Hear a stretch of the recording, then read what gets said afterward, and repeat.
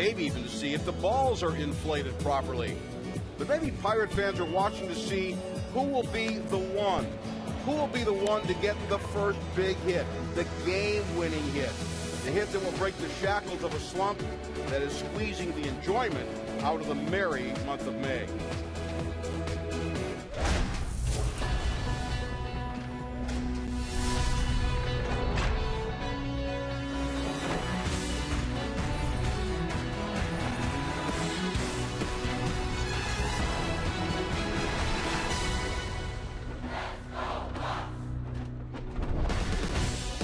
It's a gorgeous night in the Burgh, a good night to break out of a slump for the Pirates. Joey Votto and Andrew McCutchen fans on hand as folks continue across the Clemente Bridge into PNC Park for Game 3 of this 3-game series. And hi again, everybody, along with Bob Walk. I'm Tim Never. Robbie Ince Mikowski joins us shortly. The Pirates have never lost 6 straight to start a season to the Reds since 1900. They don't plan on it tonight. A.J. Burnett has had some terrific starts. His record doesn't show that he's done all that well, but his ERA certainly does. Well, yeah, the record, is really sometimes a poor indicator as to how well somebody is pitching, and that's certainly the case here with AJ, and he's just doing outstanding. Even though the velocity on his fastball isn't where it was a couple of years ago, it seems like he's still able to get the velocity up there on the breaking pitch. The curveball still got really good bite to it, and it's getting up there fast. You can see right there, he's getting a lot of swings and misses on it. Another thing, too, I think he's pitching very well to that first base side of home plate. 38-year-old A.J. Burnett with the top ERA in the National League. 37-year-old Marlon Byrd, the former Pirate, has had himself a heck of a series for the first 2 games. 2 home runs, and in Game 1 he had 4 RBIs. Well, we're kind of hoping maybe Byrd shows the way for the Pirates, because Byrd was struggling just like a number of the Pirate players, and he was able to break out of it. And in one of the things you saw on the pitch before this last one, he took an outside pitch, drove it hard into the opposite field gap. I think that's really the sign with everybody. When they're swinging well, they don't try to pull that pitch away. A.J. Burnett trying to get Marlon Byrd and the rest of the Reds out tonight. Bucks looking to salvage a game, and they hope to break out the bats in Game 3 of this 3-game set. First pitch coming up on Root Sports.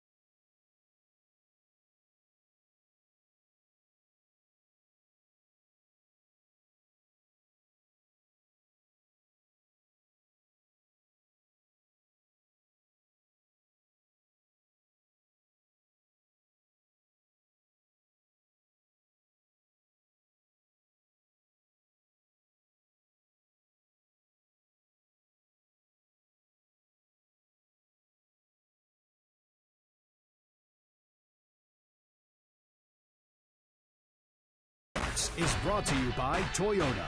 Toyota helps you get the most out of your drive. Just ask a friend who drives one. Toyota, let's go places. By Barrel Automotive, we're driven to be better. And by PNC Bank, for the achiever in you. Let's go Bucks. Tonight is Clint Hurdle Gnome night. The manager says no more losses to Cincinnati. He takes a nomadic journey through PNC Park. That's going to be a popular collectible. Pirates wearing their camouflage uniforms. They'll wear them on Thursdays to honor the U.S. military. I think those are going to be some pretty popular collectibles too. I think so. Camo hats. Very popular, especially in the bow hunting season.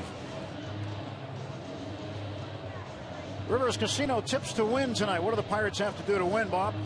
Well, I think that at least first couple innings, it'd be a little on the conservative side, and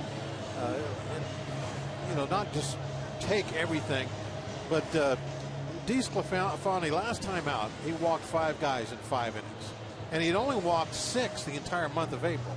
But 5 in 5 innings, I think that puts up a little red flag, thinking, hey, you know, let's let this guy pitch a little bit and see if he's throwing strikes. So I think that's just one way you can look at these first couple innings, see what happens. And then if things aren't going really well right now, so I think we need to put a call in the Batman, don't you? Well, it's too bright to see the bat signal. You know, one of the things we've been talking for a while now about how we're going to get the offense going. We got to score more runs, do this, do that, do this. Well, maybe it's going to break out on a night where we score just 1 run, and that's all we need. And it might be that guy right there walking out to the mound. You know, he's done it before. He can take a game by the neck and really, you know, shut the other club down. And hopefully tonight, that's what AJ, a.k.a. Batman, will do. And AJ needs 3 strikeouts to get to 2,400 in his career. Become the 27th right-hander in big league history to do it. Reds lineup is brought to you by Honda. Billy Hamilton leads off the Marlon Byrd in the 2 spot. Last 3 games, hitting 500, 6 for 12, 3 home runs, and 6 runs batted in. That goes back to his last game against Atlanta. Joey Votto batting 3rd, then Frazier cleanup. Phillips, Bruce, Negron, Brian Pena catching, and Anthony DeSclafani batting 9th and facing the right-hander Burnett. AJ's numbers brought to you by Hyundai, and they are outstanding numbers. The only thing that is kind of messed up right there is 0 wins. Well, he deserves really 3 or 4 W's the way he has pitched. He's been just great for the Pirates. And, you know, I think that his last season, the way it started in April, is going to be just a great one for him. And who knows? Maybe he'll change his mind because it's going to be such a good year. He reserves the right. Defensively, Pirates lineup brought to you by Honda. Starling Marte, Andrew McCutchen, Gregory Polanco.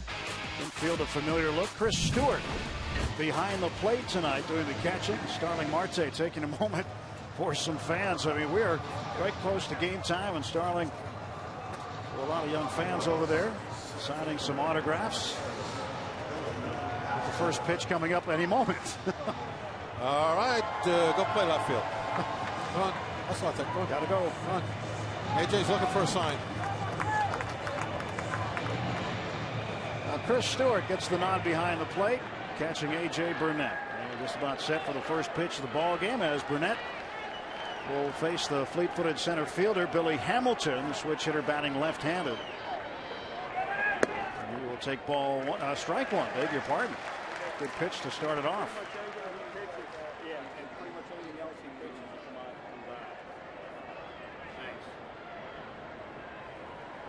Next pitch is outside, and it's 1-1 to Hamilton.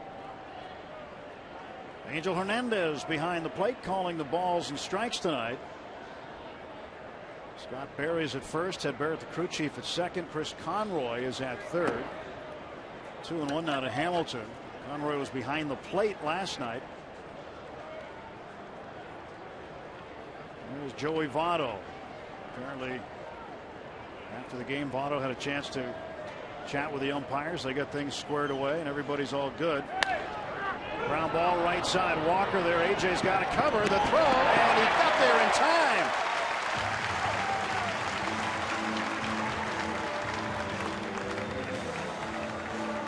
Nice job, old guy.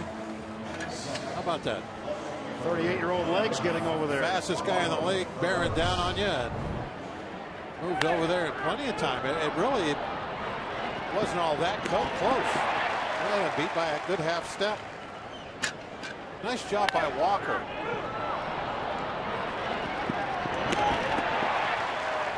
Walker kind of waited just a little bit there, I think. Make sure that AJ was going to be able to get his feet set to get to that back. Strike to Marlon Byrd.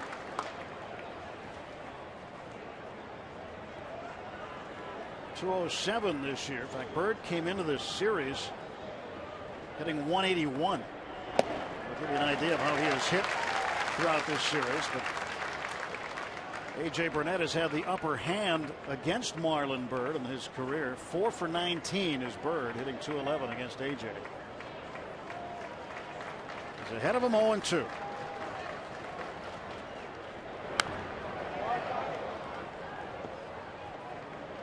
Automotive League leaders stat, National League leaders in earned run average. A.J. Burnett ahead of Zach Greinke of the Dodgers, Shelby Miller of the Braves, and Michael Wacha of the Cardinals, who starts here tomorrow night, opposite Francisco Liriano, who's 5th on that list. And he went around. That is career strikeout 2,398 for Burnett. He still throws that curveball up there with good velocity. And even though he's not throwing the fastball 95, the curveball hasn't slowed down much. That's still 84. I mean, that's where he was throwing it his first year with the Pirates, about 84 miles an hour. Hasn't lost much off the hook. So Joey Votto up, 2 down, bases empty. Votto ejected in the 3rd inning last night.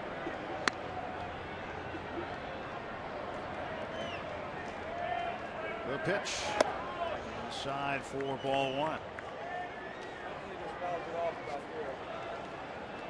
Votto was incensed last night. He had some things to say across the diamond to Garrett Cole. Cole said he didn't really know what was going on. He apparently turned his head when he heard the helmet of Joey Votto smack the ground after Votto spiked it when he struck out, foul tipping the ball into Cervelli's mitt. Maybe the pitch before was a called strike, didn't like it.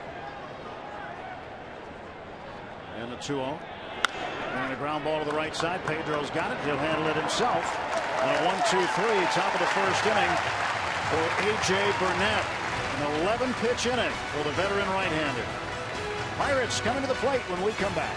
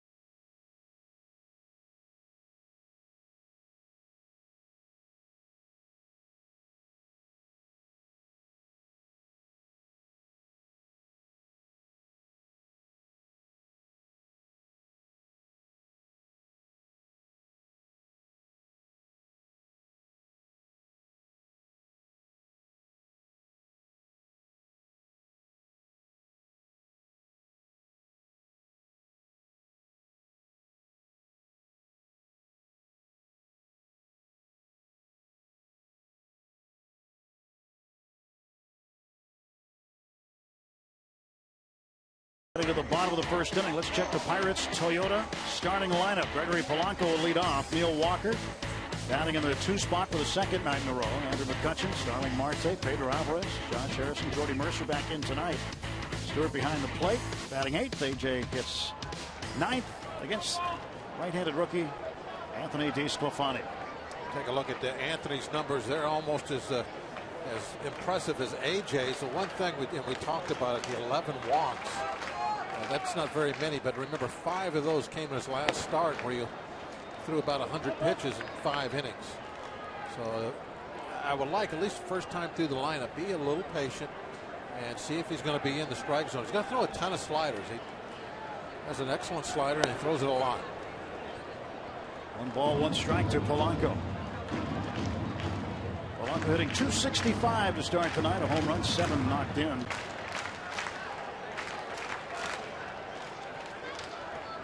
Gregory went 0 for 4 last night. 1-1 pitch. Looks at that for a strike. It was 1-2. Gregory was involved in that interference play that was called in the 7th inning. One you hardly see called. 1-2 pitch outside, and it's 2-2.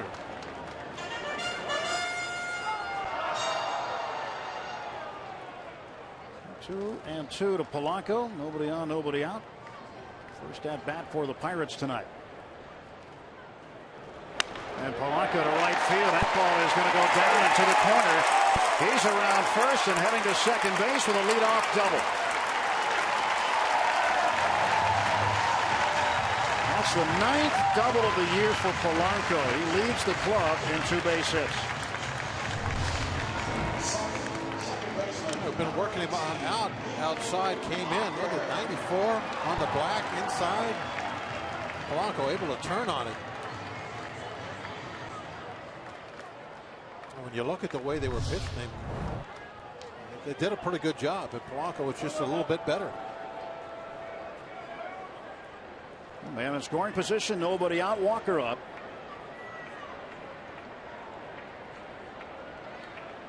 They'll try to get Polanco to at least third base here. Strike 1 call. One of the advantages of having a number 2 hitter that hits left-handed.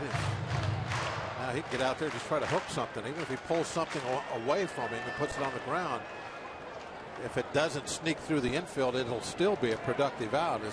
Obviously, it'll move Polanco to third.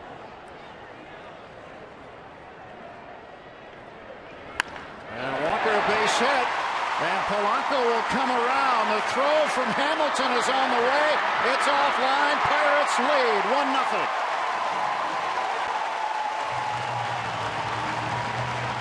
RBI number 10 for Walker. Walker trying to get the ball to the right side of the field. He accomplished it. And he was able to do it in such a way with the line drive that got him over and got him in with 1 swing. Real poor throw coming in from center field. That might have been close if it was on line. It looked like Polanco had to freeze a minute because of the line drive, which he should do. Make sure it's through. See how he freezes? That's a bad jump now off second base. And I didn't even see that. He hesitated again. Just a poor throw coming in from center field. Bouncing a couple of times and way offline. Last time the Pirates scored a run in the first inning was the 26th of April at Arizona. Pirates would win that game 8-0. Andrew McCutchen with Walker on the move. The throw down is not in time. A stolen base. Ryan Pena's throw a little bit late. Walker decent jump.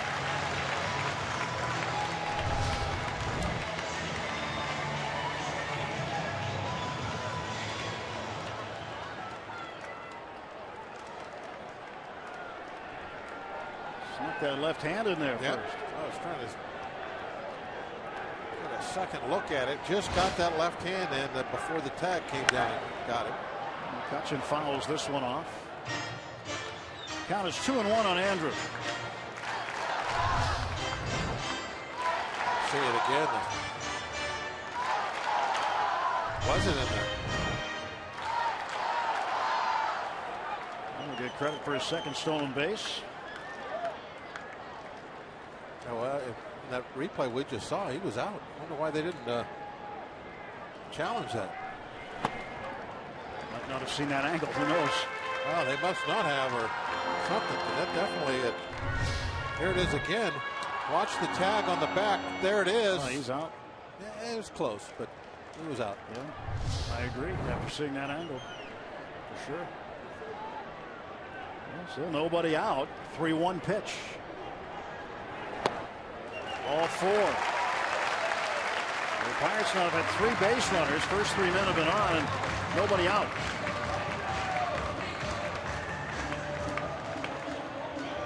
Might be setting themselves up for a possible big inning now. Let's see, depending on what starting Marte can do. You got Polanco did a great job with the double to get things going on what was a pretty good pitch.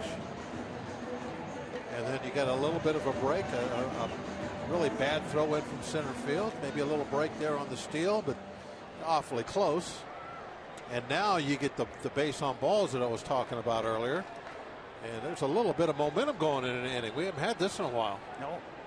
Pirates owe AJ some runs too. They've only scored 5 runs for him while he's been on the mound in his previous 5 starts. I think he knocked one of those in himself. He did his last start at St. Louis. Pitch is low to Marte.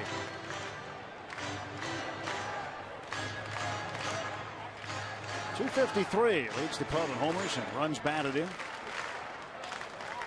2 on, nobody out. Anthony DeSclafani checks the runners. Here comes home 1-0. And Marte, a long foul ball out of play.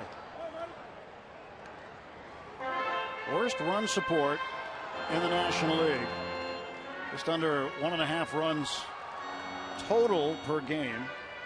Cole Hamels, Dylan G, right in that same neighborhood. Pirates can change that tonight.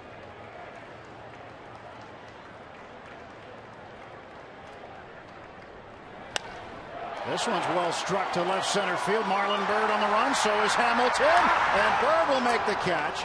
Walker will tag and head to third. McCutchen back to first. And Marte gave it a ride. Byrd tracked it down. And now the Bucks have a man at third with 1 out. Good job by Walker. Moving into third base on this.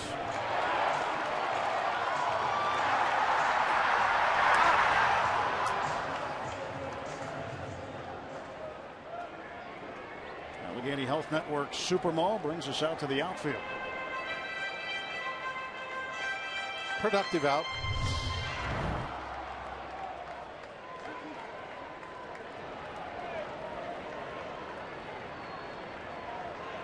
Pedro Alvarez with 1 out.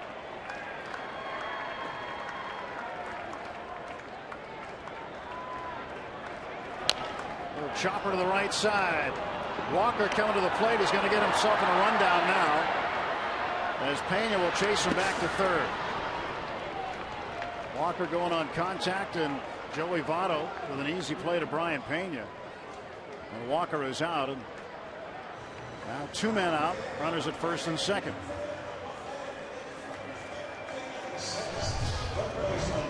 Walker doing a good job of not running into an out here. He saw that it was going to be dead at the plate, so he pulled up. But if they execute that rundown properly, as the Reds did here, and just make the one quick throw right there, then there's really no time for anybody else to move up. That's what they always say. If you do the rundown the way you're supposed to, there should only be one throw.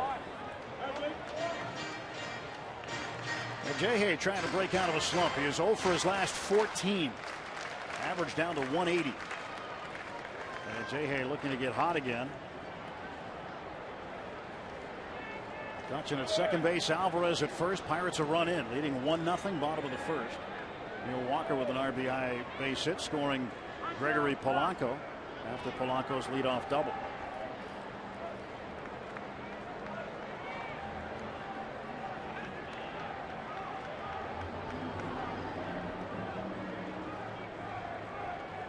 Votto got him going. And McCutchen breaks for third base. A strike is called. And with Frazier playing back, they were giving him the bag, so he took it.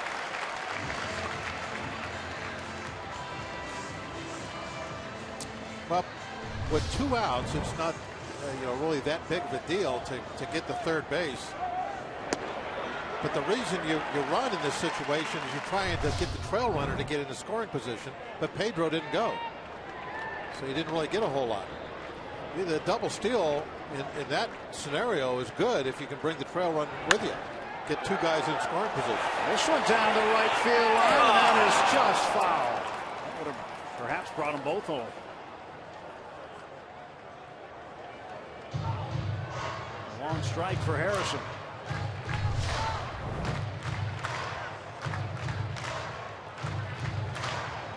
Fastball right down the pipe.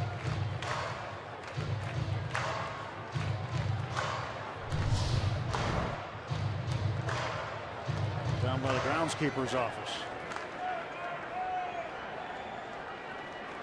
1-2 to Jay. 2 down, runners at the corners. Go to first. Pedro gets back.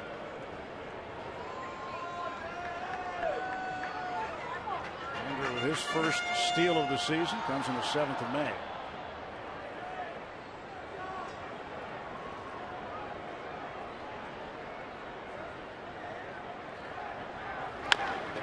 Slow roller down to third. Charging is Frazier. Throws on to first.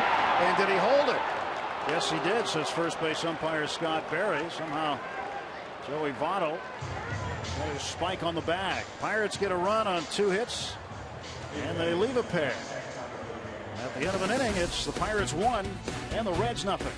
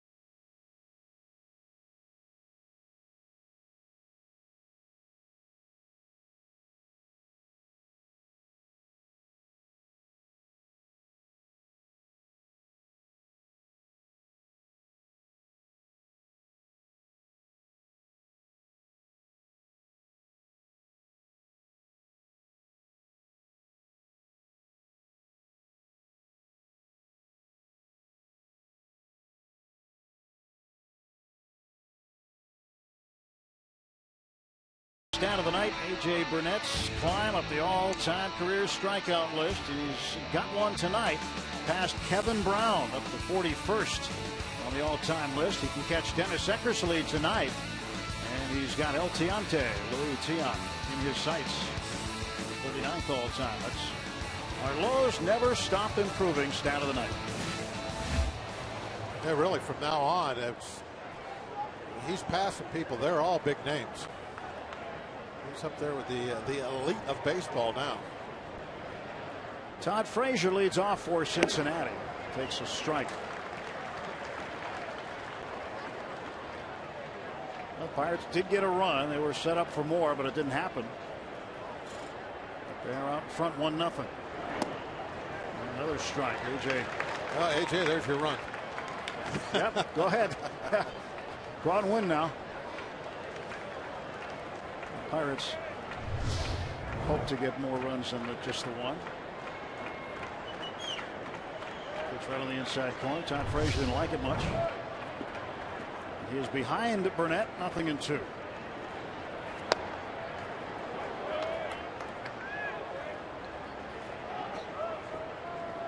Frazier homered in game 1 on Tuesday night. His first at bat in the second inning. Michael Lorenzen, who picked up the win, his first major league win in that game. This one's poked toward the middle and into center field for a base hit.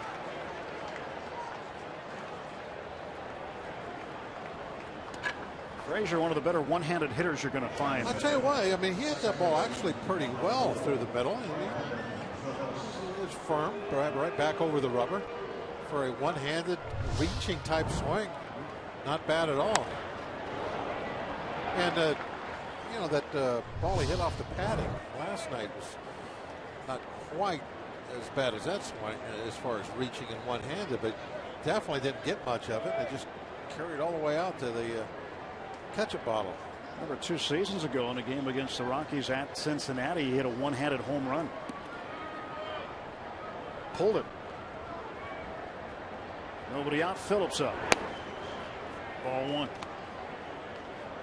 But Todd Frazier is one of the better hitters you're going to come across situationally. Has great power he can display.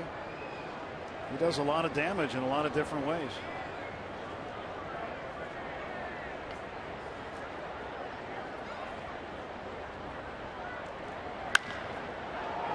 Struck pretty well toward the bullpens. McCutcheon on the track. Frazier tagging, heading for second. Here comes the throw. Double play. Nice job, Pitt.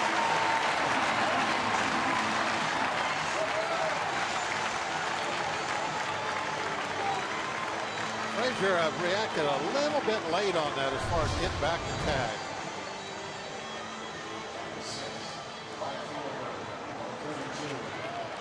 Able to put a one-hopper pretty close to the bag.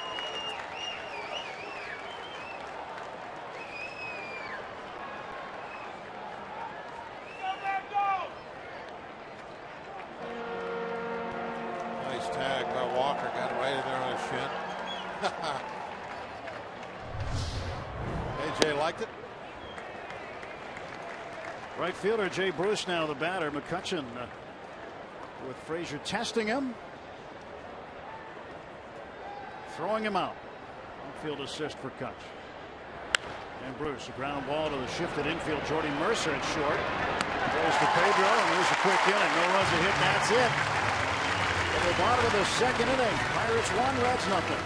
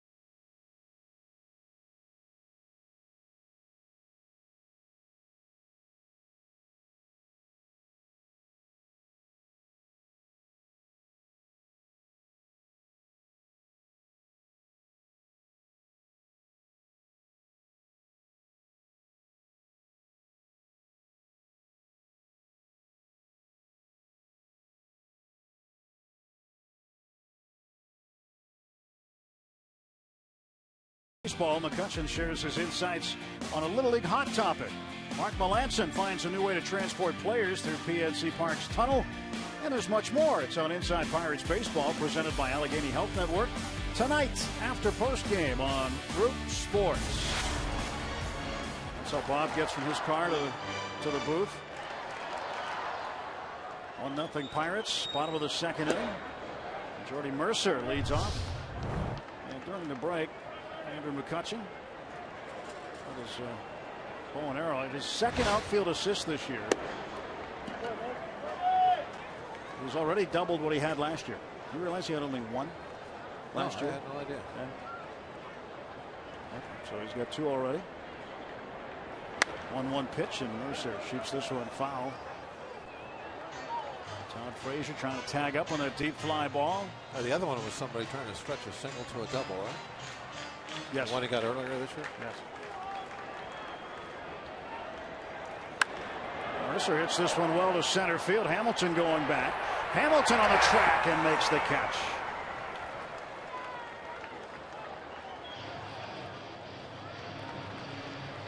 Seeing some solid contact early from the Pirate hitters against Anthony DeSclafani. Yeah, they come out every day and turn the page. They're not concerned with what's happened, that they're in a slump or any of that stuff. They just plug away, and they have a plan. They go up there and they try to execute. That's the best way to go about it. You have to hit your way out of a slump. You can't just sit and wait. Mike Leake, last night's winning pitcher, kind of hit himself out of not much of a slump. He can hit. He can hit. He had a homer and a double his last 2 starts. Stewart grounds out. 2 out, and A.J. Burnett will be the next hitter for the Pirates.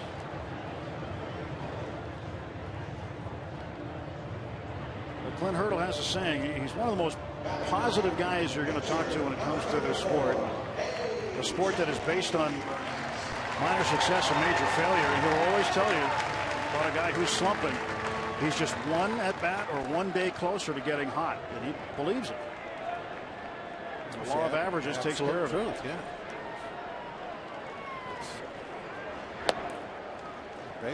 Baseball's just math. That's all those averages. Everything kind of moves toward the middle. Burnett hits this one well to left field. Marlon Byrd going back. Byrd on the track, and he's gone. That is so far out of here if we were in Cincinnati. Very close to A.J. Burnett's 4th career home run. He's got 3 of them in his back pocket.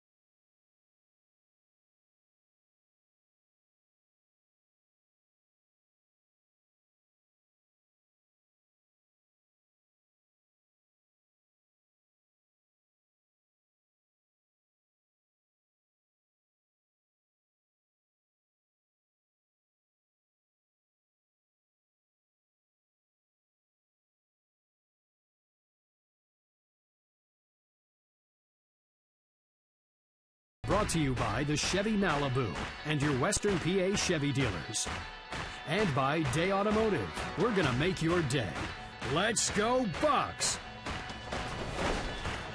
Here's our day automotive. This day in Pirates history. This date 1977. The Bucks beat the Big Red Machine. A slugfest 12-10 at Three Rivers Stadium. Willie Stargell 3 for 4 with 2 homers and 4 RBIs. Al Oliver had a 2-run home run. For the Reds, Dan Dreesen, George Foster, and Joe Morgan each homered as the two clubs combined for 26 hits, 14 of which went for extra bases. Yeah, the lumber company against the Big Red Machine. Yeah. Those were some slugfests. Well, A.J. Burnett trying to start his own kind of slugfest. You know, it's a fly out to left field, but kind of an impressive one when you look at it. Oh, I thought I had a chance to get out. I really did. I was kind of surprised when I saw Bird start to slow down. Big left field here at PNC Park. I mean, that's one of the design features here, that if you're right-handed, you got to hit it well. You can't. There's no cheap ones here at all. Not that. What do you think? 379 or so. Yeah. Yep. Not that would have been a cheap one at a regular ballpark. It gets out. If you've gone in Philly, you've gone in Chicago, gone in Cincinnati. Well, maybe not Chicago. You got to hit one to get it out of Chicago.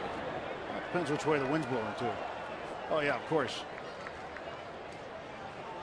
You'd know from past experience. I mean, you crushed that one home run you hit. You got to hit one to get it out of there. What a beautiful night. Look at that. Great sight. The sun still shining off the city. Christopher Negron takes outside. 1 ball, 1 strike. Warm weather here this weekend. Cardinals come in tomorrow. We pushed 90 tomorrow, 88 or something like that. I saw like middle of July. 1-1 pitch. And there's a strike. Yeah, where'd spring go? It just kind of went from winter to early summer, didn't it? Yeah, a week ago I had a big heavy coat on. It was a new coat, I understand. 1-2 pitch. That is a swing and a strikeout. Strikeout number 2 for Burnett. Needs 1 more for 2,400.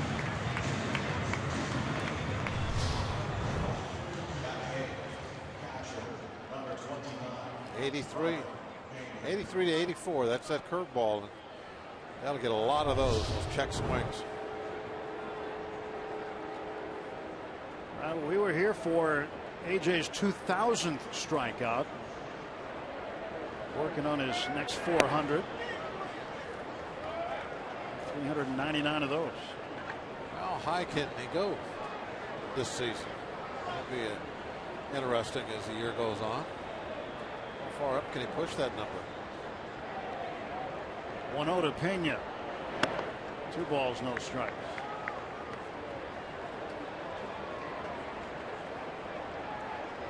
Speaking of the Cardinals, they're probably in town or almost in town by now. They won 3 out of 4 against the Cubs, winning again today 5-1. They took 9 of 11 on their homestand. They are red hot. Just about time for them to cool off starting tomorrow night. 3-0 pitch to Brian Pena.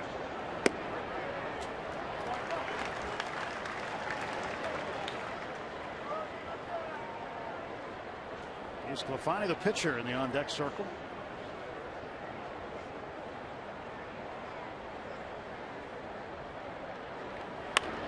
Ground ball left side, long way to go for Mercer. They'll give it a shot. No chance in an infield single against the shift for Brian Pena.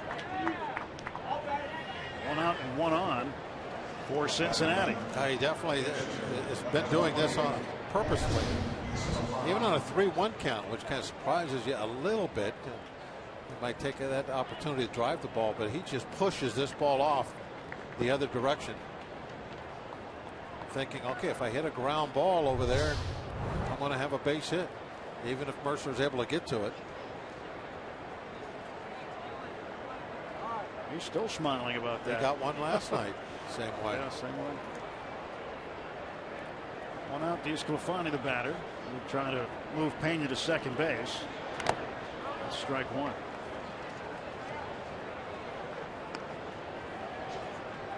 DeSclafani, kid from New Jersey, but ended up going to school at the University of Florida.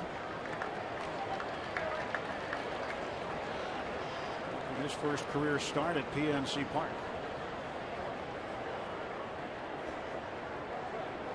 Ball 1, and it's strike 2 now. Running it foul.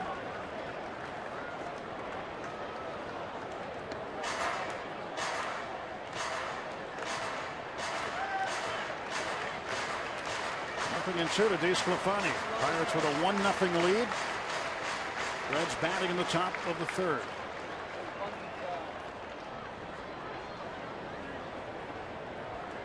Here comes the 0-2.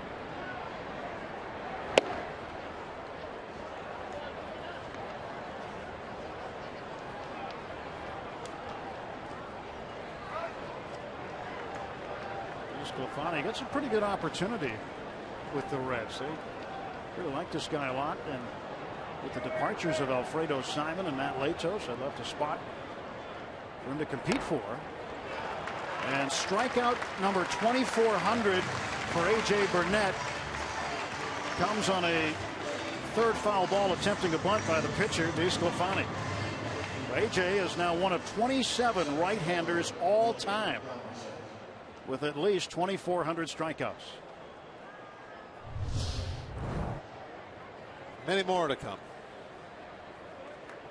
No, don't touch. Yeah, Stewart tried to play the ball with his mask and thought better of it. 2 outs. Pena is at first, and Billy Hamilton the hitter. Ball 1 to Hamilton.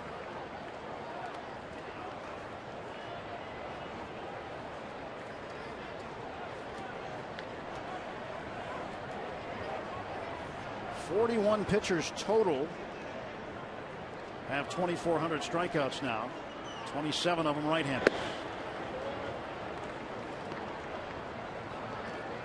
That's quite an accomplishment. You would imagine that at the end of this year he'll be well past 2,500.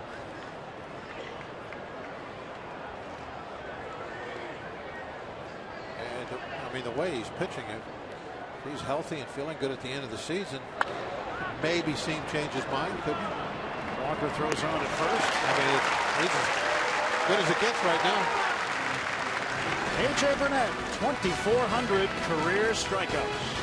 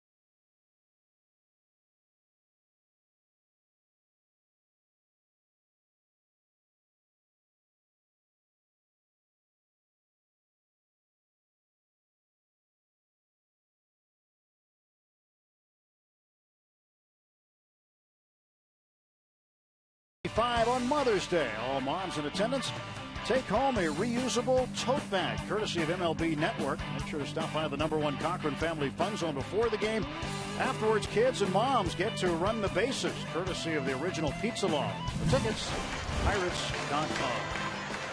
Along with Bob Walk and Robbie Inchmikowski, I'm Tim Neverett.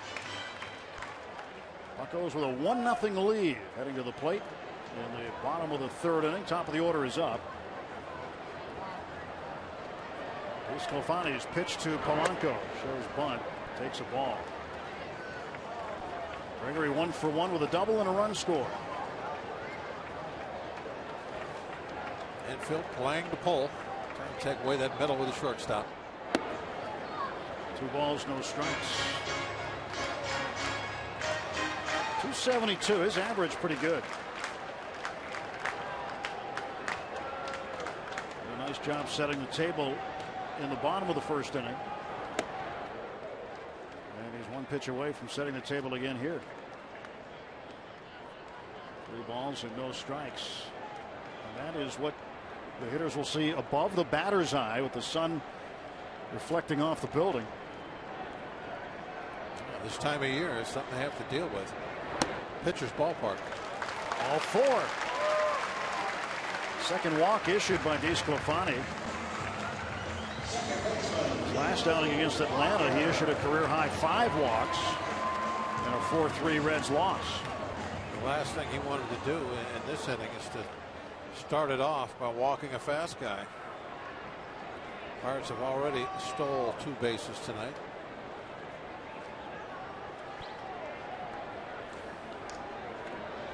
Go to first, and stepping back is Polanco. Gregory with 8 steals.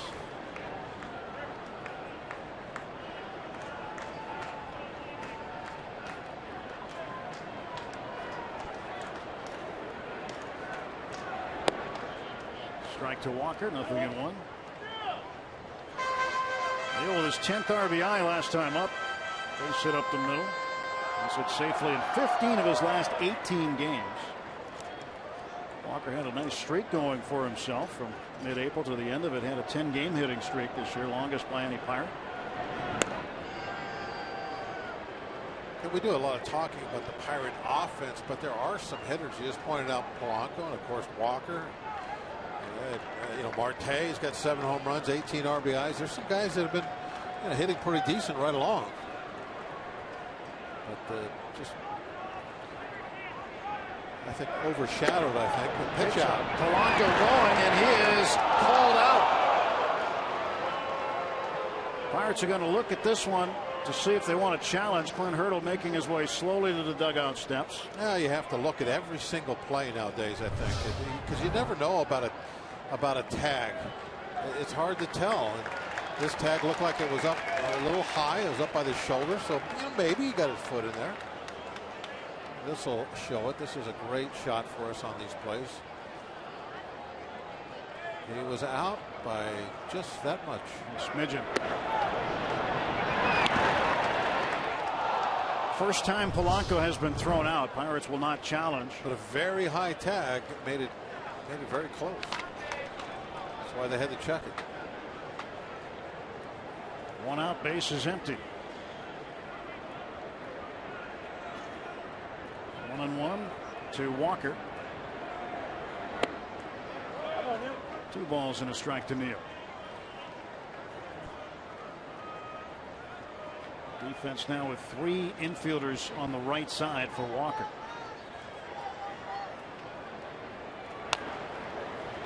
Change that up now that the bases are empty.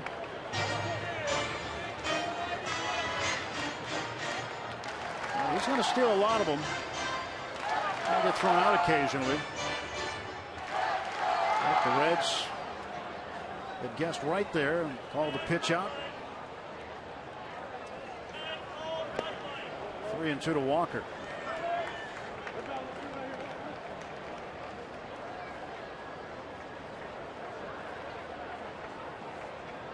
Kutch on deck.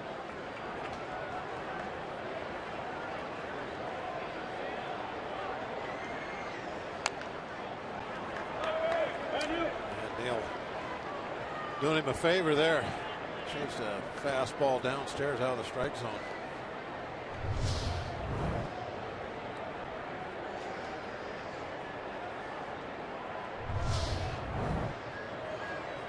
but that's all right. Fouled it off. Got another shot at it. He walks. Counts right. DeSclafani walks his first 2 men that he faces. Is that 3 now?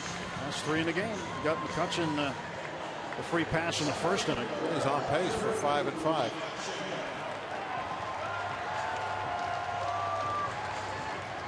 Andrew McCutchen, who has been more frustrated with his start, obviously, than anybody. He said once he gets hot, it's not going to stop. Continues to maintain that any soreness he's had in the knee has had no effect.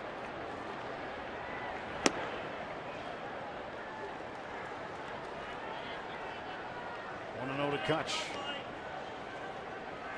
He stole a base, his first of the season in the first inning. It was a steal of third with 2 men out.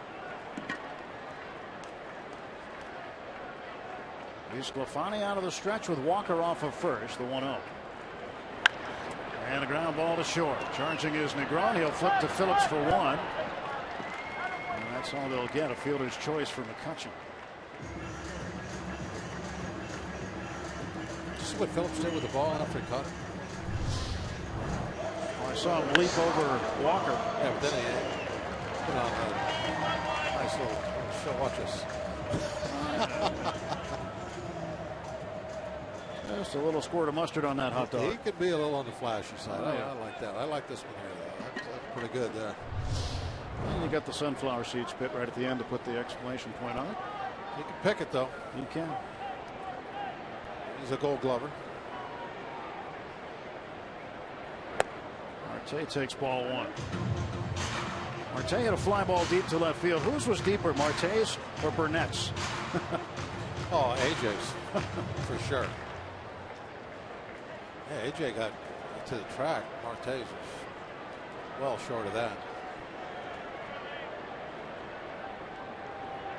Go to first. Kutch gets back.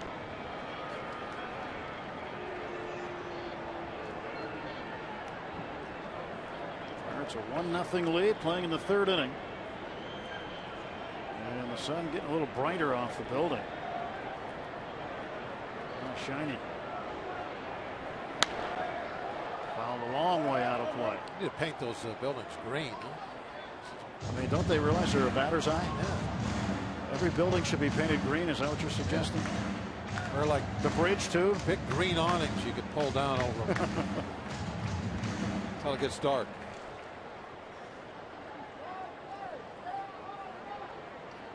Which field was it that they had to take a break for the sun? I'm trying to remember. Steve told me. I was going to say I've never heard of that. Was it? Yeah, there was a park. Can't remember. There was a park he played in that they actually had to take a break because it was facing the wrong way. So the sun had to get out of the way. A certain time of year. Didn't happen every night. It'll come to me.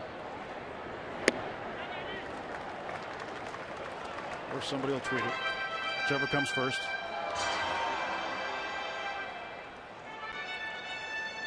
You can get us at #BucksBooth. If you remember Steve telling the story. Sunbreak. Yep. 3-1 pitch. That's a bullet foul. The count is full at 3-2. So they have something they had scheduled every day.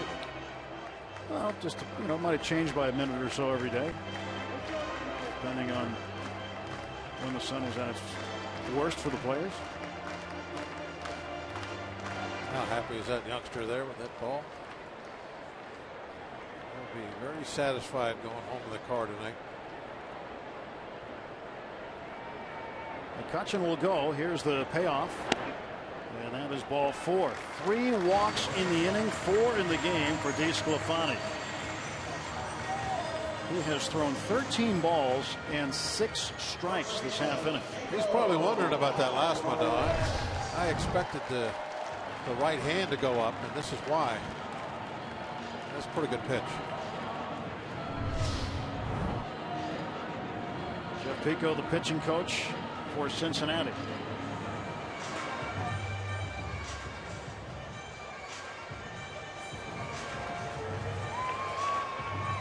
got 9 walks now in his last 8 innings.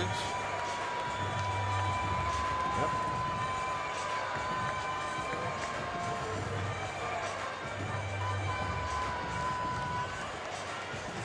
Angel Hernandez up to kind of hurry things up a little.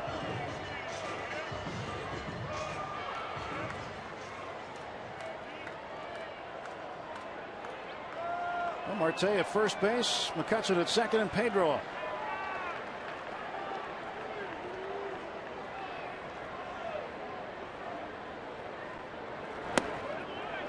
Pitch is low to Pedro. See where the Reds aren't playing Alvarez. 3 on the right. Frazier alone on the left. A lot of room. He's going to hit it over the fence anyway. So. Hope you're right. And he hits this one to center field, but right under it is Billy Hamilton. Pirates will leave 2. They get 3 walks in the inning and come up empty.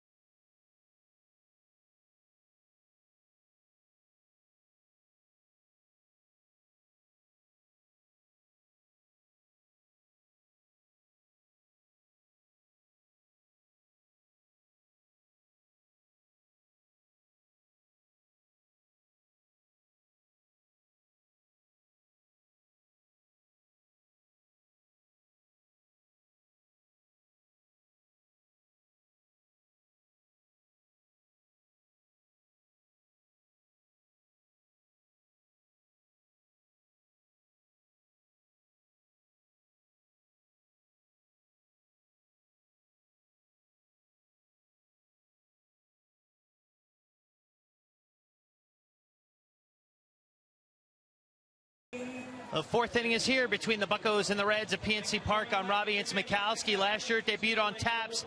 This season it's available in the can. Uncle Ray's Bucco Blonde is back. He does deserve his own beer. He actually deserves about 6 of his own beers, especially after have to put up with us all day. A strike in the can, Uncle Ray Sears' Bucco Blonde with his back and the name and all that. Oh yeah, the strike in a can from North Country Brewing. Proceeds from Bucco Blonde sales go to Pittsburgh's Make-A-Wish Foundation, not to Ray's pocket. You can watch the full feature on Inside Pirates Baseball, which airs after Pirates postgame throughout the week. How about this, Tim? 65,000 cans ordered in the first go-round. They're all gone. They're on their second batch already of Ray Searage Bucco Blonde. Get it all around bars, distributors, all around Pittsburgh area. It's good stuff and benefits the Make-A-Wish Foundation. Yep. Great beer for a great cause. Proceeds go to a great cause, so buy them up.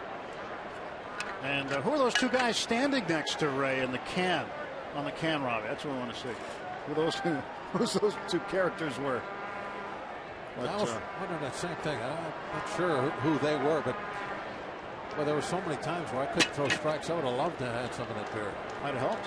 Yeah, calm you down a little bit. Would have helped. Many times. Yeah. I tried some of it during the off season with Good? Ray. Yeah, see those 2 characters on the right and left? Who are they? I don't know. It's like the Wizard of Oz or something. Yeah. One of the Pirates off season functions on the Hall of Fame Club, and tried a draft of that. It was delicious. And Ray told me all about it. But, the cans are out now. A nice collector's item, too. Pitch to Marlon Byrd. Might go to the beer store tomorrow.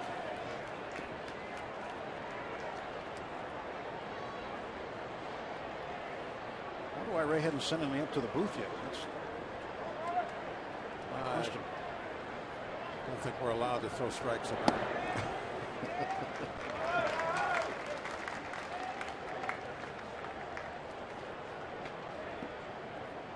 I like that little saying, striking a canvas.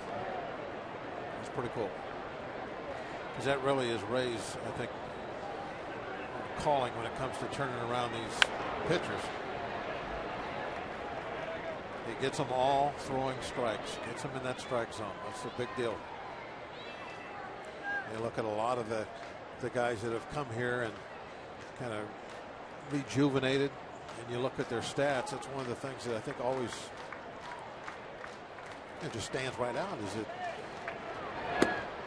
throwing strikes?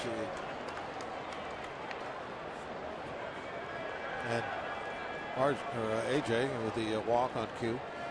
But AJ last year had the poor ERA. Really a tough year for him. The walks were way up. And one of the things this year, now coming back, leading the league in ERA, he's just pounding the strike zone again.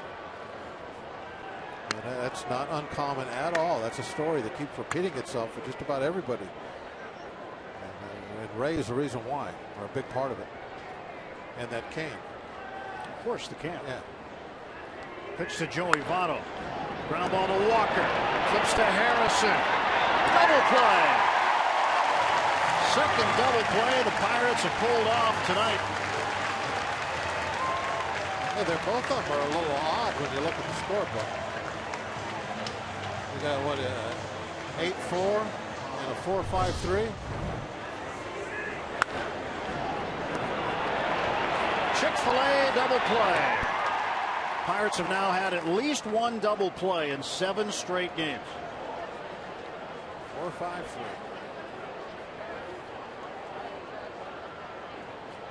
Pitcher's best friend, the twin killer. Todd Frazier. And he hammers this one to left field. Marte going back, and this is a tie game.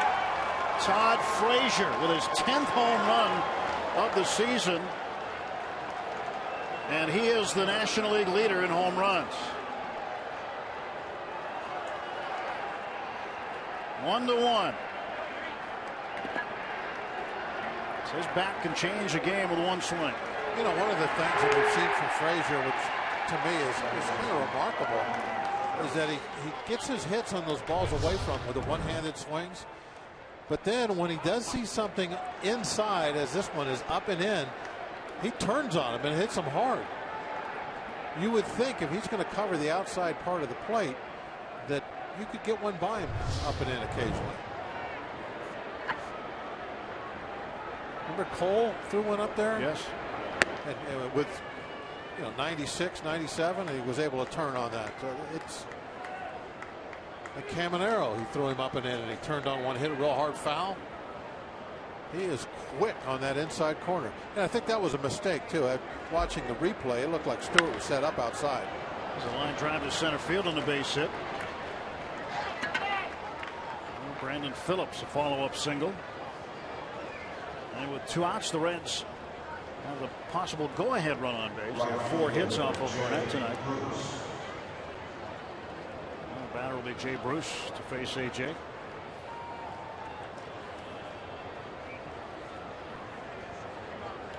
Bruce grounded out to Mercer at shortstop in the 2nd inning.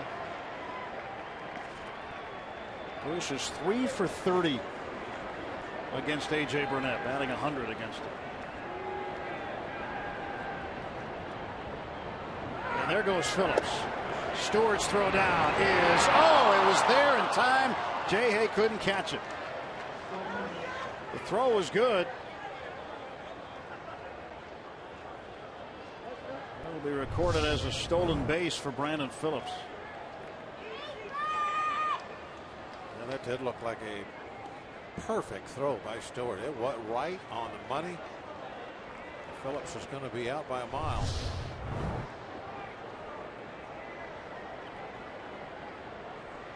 Now the runner at second base. The Pirate infield adjusts again. Still number 4 for Phillips. Mercer behind the bag at second. Jay Hay back to third, and Walker out right field. 2 balls and no strikes to Jay Bruce. 2-out home run by Todd Frazier has tied the game at 1 in the top of the 4th.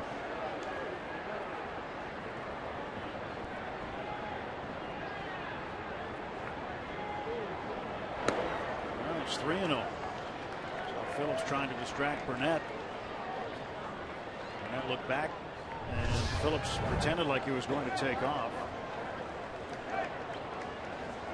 A little Snoopy action out there.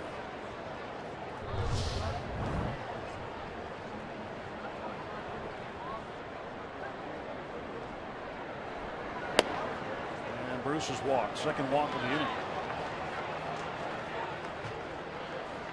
First and second, 2 down. The shortstop Christopher Negron will face Burnett next.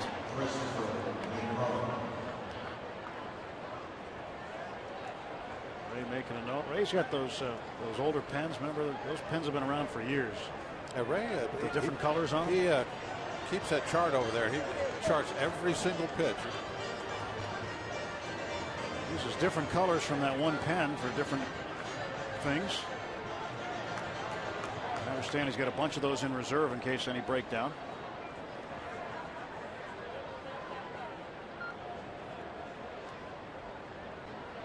Runners off first and second. Negron, a little swinging bunt back to Burnett.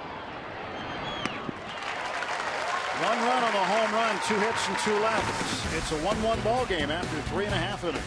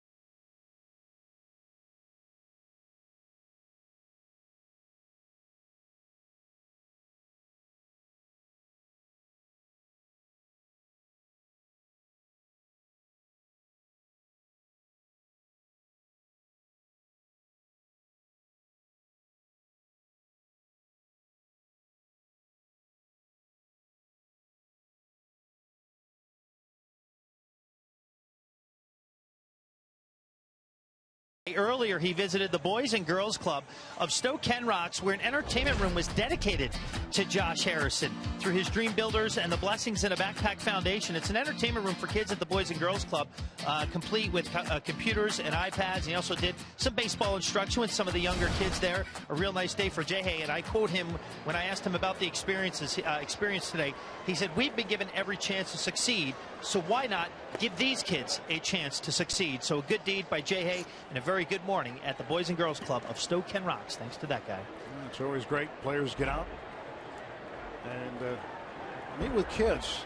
It's not always easy when you play a lot of night games. You have very little time during the day, but these players oftentimes are generous with their time and their causes. Yeah, it's not easy at all, and I'm sure also that a lot of these players, and Jay Hay in particular, have been spending a lot of extra time at the ballpark, working on their hitting and that sort of thing. So very difficult at times for them to find that time, but they do it. They make the time. And Jay Hay in an 0 for 15 slump, so he's just one at bat closer to getting hot. And the 2-1. 2 balls and 2 strikes.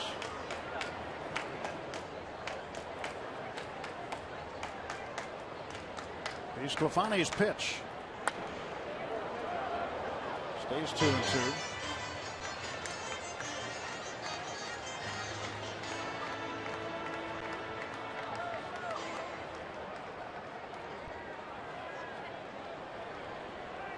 And the 2-2 pitch, and this one to right field. Backing up is Jay Bruce. And he makes the catch, and there's one gone. Well, we were asking about the ballpark earlier. They used to take the sun break.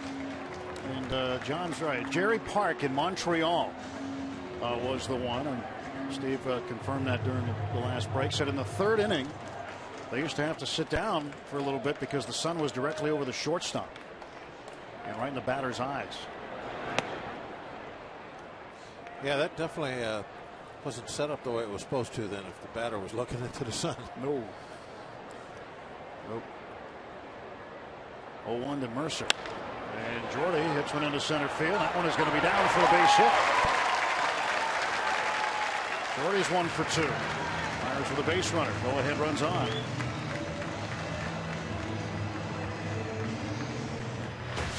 Pitt Panthers baseball team heads to Atlanta, Georgia this weekend for an ACC matchup against the Georgia Tech Yellow Jackets.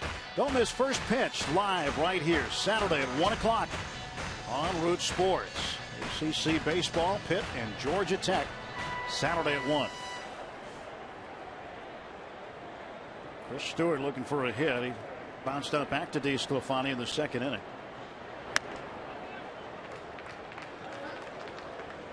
You just get the feeling, Bob, somebody in a camouflage uniform is going to get into one tonight.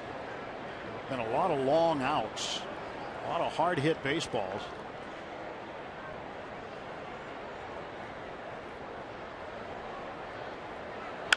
Stewart to left field, a base hit. Back-to-back singles with 1 out.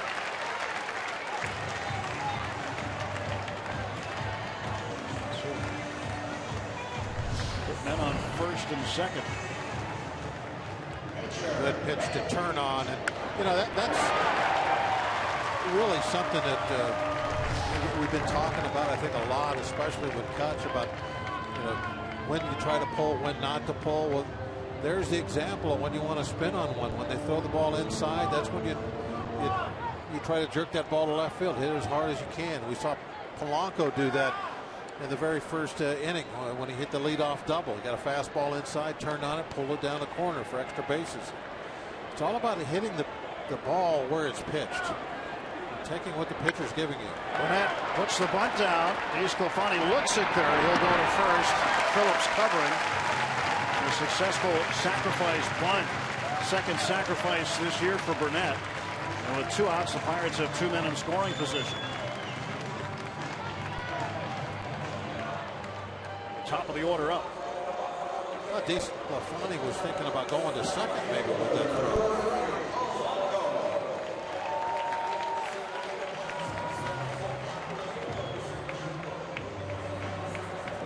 Well, Burnett moves 2 men over.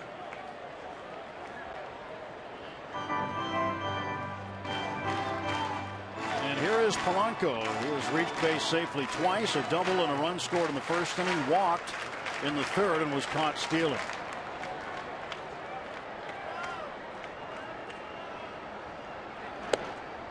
A 1-1 ball game. Pirates a chance to take the lead with Mercer down at 3rd. And Chris Stewart behind him at 2nd. Pirates with 4 hits on the night so far.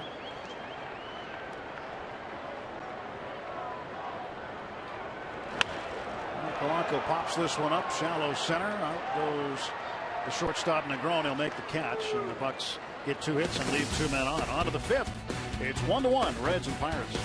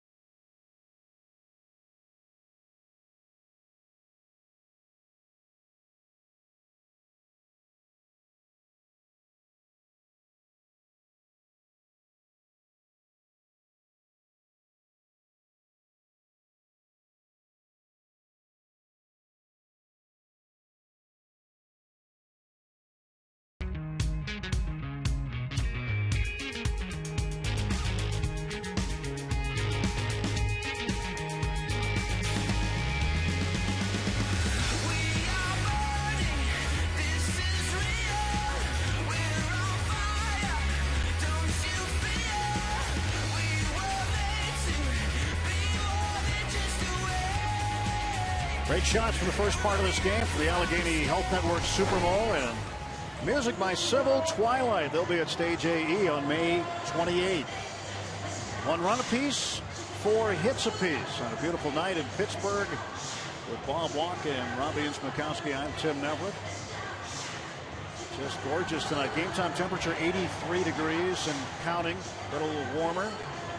It's going to be warm all weekend.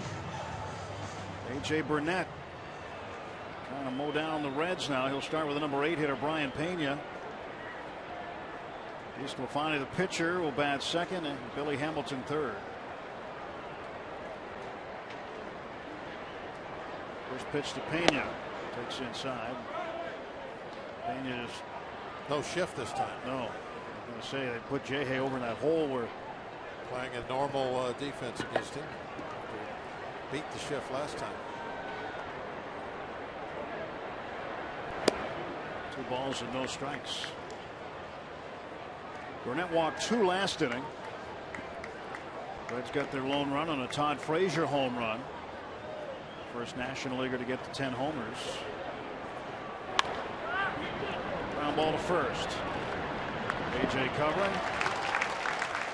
And he's got it. 1 out. Point Park University tweet comes from Michael George 67. Well, 2,500 strikeouts gets in the Hall of Fame.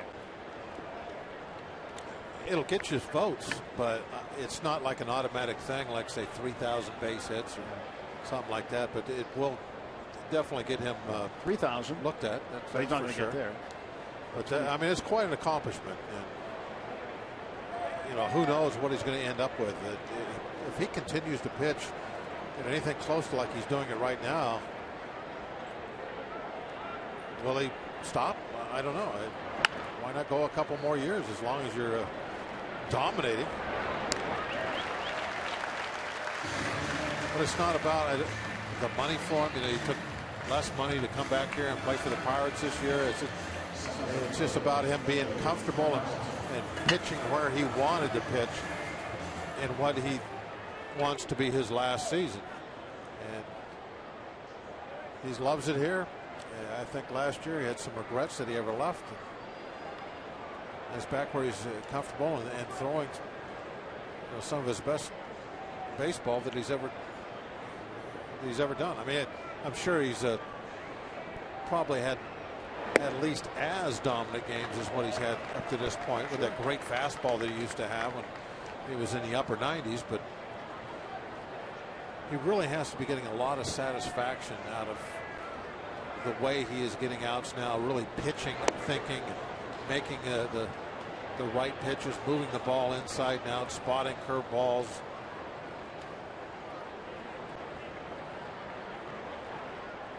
He loves to compete against the other team's best. That's one of the things that I think really gets him going, is when he looks across the diamond and he sees somebody that is considered one of the big aces of the league. That's the type of thing he'll probably miss the most if he does hang it up. That competition. Ground ball to short. Mercer rifles it to first. And A.J. Burnett tosses 8 pitches and retires the side.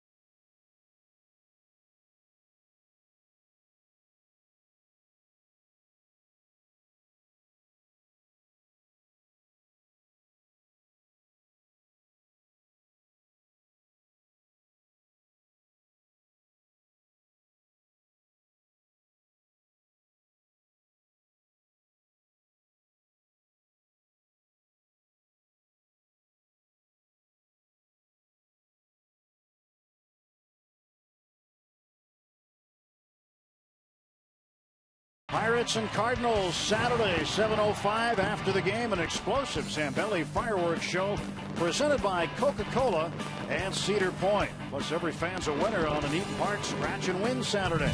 For tickets, go to Pirates.com. Right now it is Game 3 of this 3-game series, Pirates and Reds. He's got himself a ticket. Good seat, too. 1-1 ball game. Neil Walker leads off against Anthony DeSclafani to start the Pirates half of the 5th inning.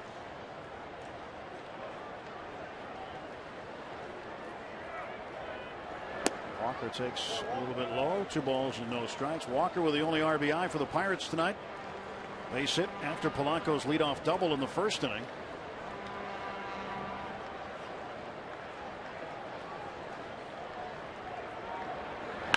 And Walker has himself another base hit. He's 2 for 2. Leadoff single for the Bucs second baseman. He got himself in a good hitting count. DeSclafani had to come to him and just pretty much went right at him down the middle with a fastball. Walker able to get the base hit. I mean, that's what you try to do. That's why you want to get ahead, so you get pitches like that to hit.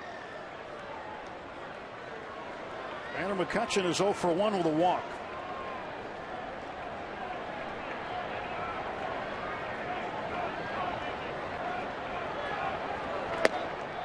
And he takes strike 1. Andrew feels he's getting a little closer to where he should be or where he wants to be in terms of swinging the bat. Now it's just a matter of putting it all together and getting the results that he's accustomed to getting.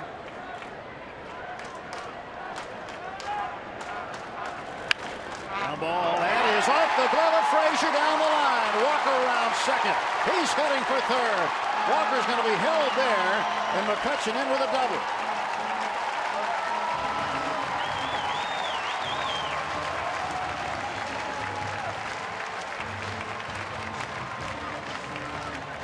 Maybe it will be that at bat that we're talking about maybe 10 days from now. The hanging breaking ball, and he turns on it and pulls it right down the line. Now, he got a similar pitch last night and fouled it down the right field line, way foul. This one he spins on and hits it fairly firmly just inside the bag. I hope we're talking about that maybe 2 weeks from now when he's hitting about 260, 270. Marte, foul ball, strike 1. So remember that double that he hit against the Reds.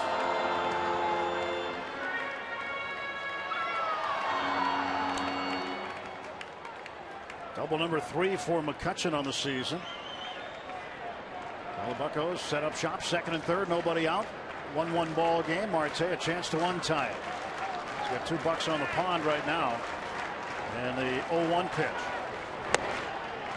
That was 0-2. That was a pretty good looking pitch to take there for Marte.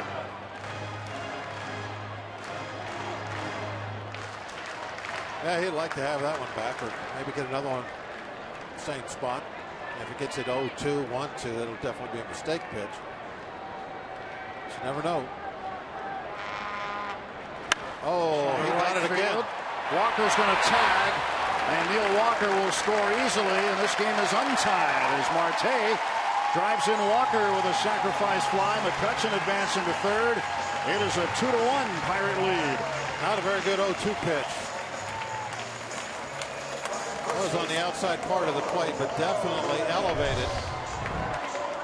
It's a pretty good pitch to hit hard the other way.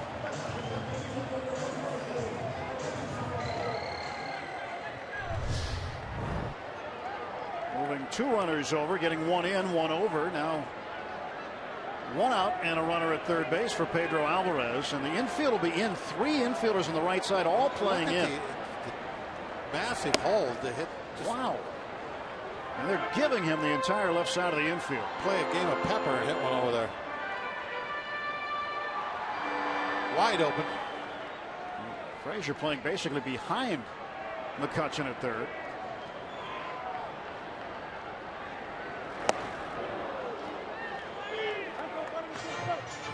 0-2 to Pedro.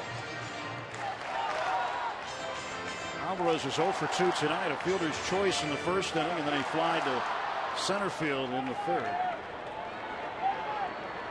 Great RBI chance, but he's behind in the count, 0-2.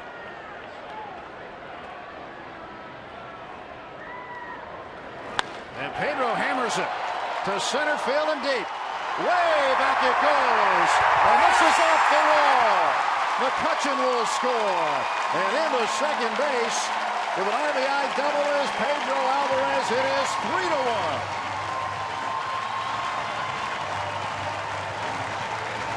Pedro trying to get something to the outfield. Fly ball just to get another run home. Almost hit it out of the ballpark. Looked like Hamilton had a shot at it, but is he drifting a little bit on that ball? I don't know if he thought it was gone or not, but he made a good effort there at the end. You can see from that replay how high the ball was. Wow, he did make a nice effort. Take that back. Got way up there and just couldn't quite reach it. Harrison fouls it out of play. I thought he had, watching it live, it looked like he had mistimed his jump. Just got over the glove.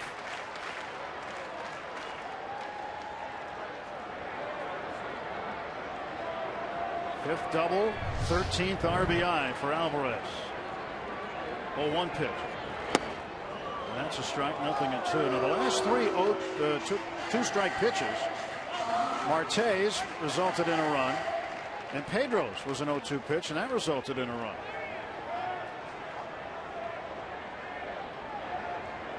Well, they're paint on the outside corner for strike 2. Now the 0-2 pitch. Jay strikes out. 0 for his last 17. 0 for 3 tonight.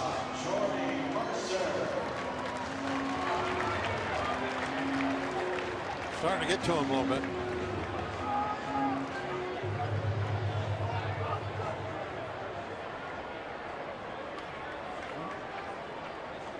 He'll go down the hall and have a meeting with himself. Jordy Mercer is 1 for 2. And Jordy is called for a swinging strike. 0-1 to Jordy. Flied out very deep to center field in the second inning. So getting the barrel of the ball so far tonight. Andrew McCutchen with a double. 2 doubles in the inning. 3 hits total in the inning. And there's strike 2. 0-2.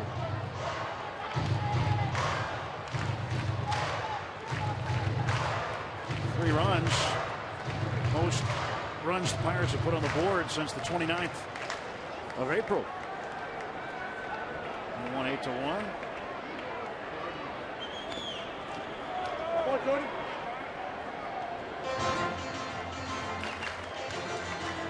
And Harrison will get him. He's back.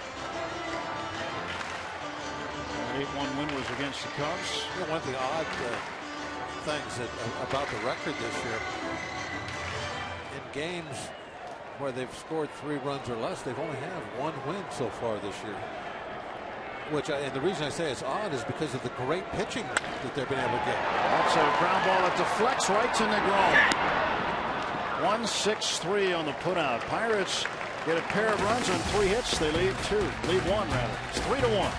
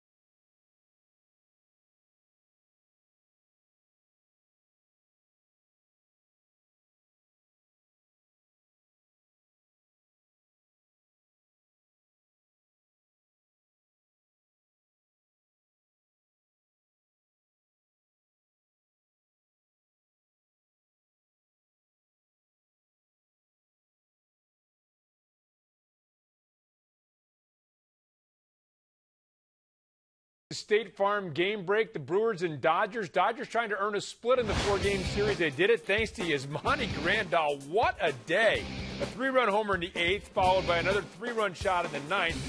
He was 4 for 4 with 2 walks and 8 RBIs, becoming just the 8th player all-time to reach base 6 times and have 8+ RBIs in the same game. Dodgers do get the split. They win 14-4. Let's head back to Tim and Bob at PNC Park. Guys? Yasmani Grandal, have yourself a day. Hit that last homer off Jonathan Broxton. Big offensive outburst by the Dodgers today. Pirates up by a pair of runs. 3-1 on the UPMC scoreboard. Top of the 6th. And a swing and a miss. And with the offensive support, the run support that A.J. Burnett has had this year, he's probably thinking this is an offensive outburst by the Pirates tonight. A couple of doubles and a base hit, 3 hits in the inning. Pirates haven't had more than a hit or 2 hits in an inning in a while. And Bird to left field. That one's going to be down for a hit. Diving attempt by Marte. Ball's past him and Bird's going to run. Marlon Bird's going to head to third base, and they'll hold him there with a triple.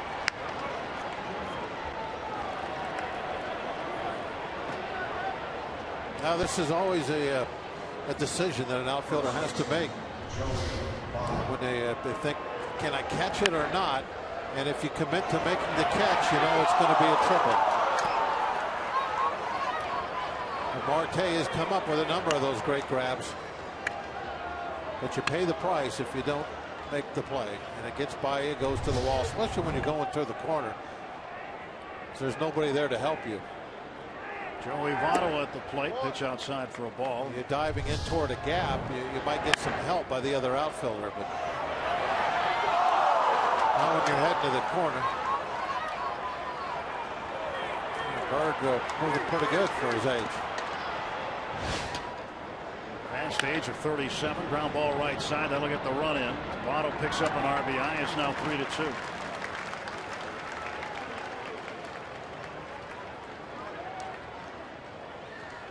RBI number 18 for Votto.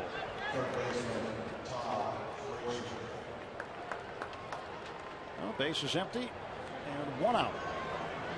Still leading by a run. Todd Frazier is 2 for 2, singled in the 2nd, homered in the 4th.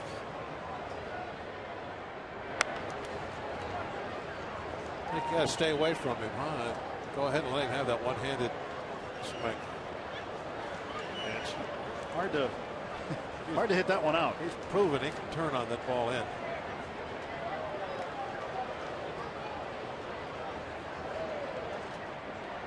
We have a 64th pitch for Burnett. One-handed by Harrison. 2-1 out. AJ getting a lot of ground balls tonight off that fastball. MLB.TV Premium, the #1 live streaming sports service, is celebrating 13 years. Watch every out-of-market game live or on demand in true HD on over 400 mobile and connected devices. Real-time highlights, live look-ins, pitch tracking widget, and more every night on every device. Blackout and other restrictions apply. Visit MLB.TV for details. I think that's 11 groundouts now on that heater. He's had a good ground ball percentage and showing it off again tonight. The perfect example of a guy trying to pull the ball away and put it on the ground. To right field, Polanco will have it.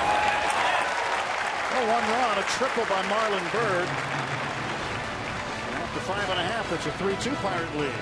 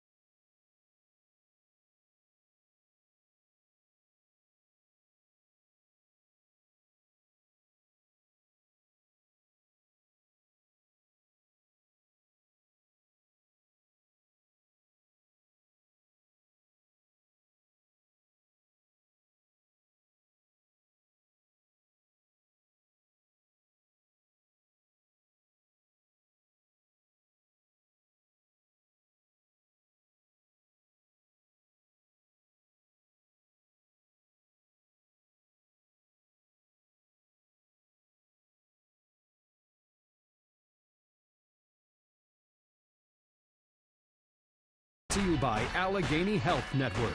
Health for all. By Kenny Ross, Ask a Neighbor.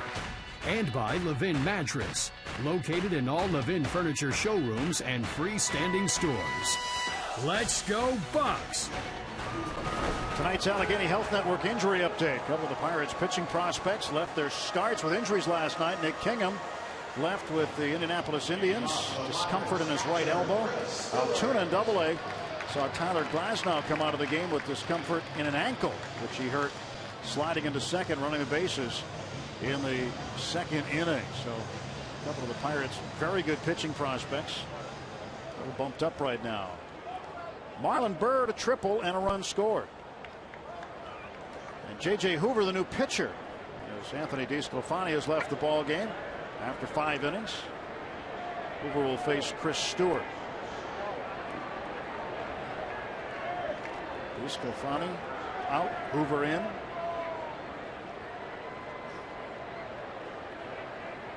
Eleventh appearance for Hoover.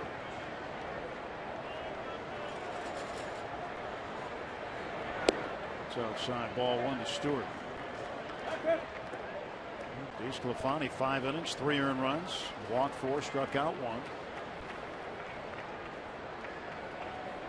1. ERA jumped a bit from 203 up to 250 for DeSclafani. Ball and a strike to Chris Stewart. He's 1 for 1 tonight. Now the youngster's going to have some ups and downs this year. He's very talented. Good slider, but it's not always going to be as easy and things go as smooth as it did for him in that month of April.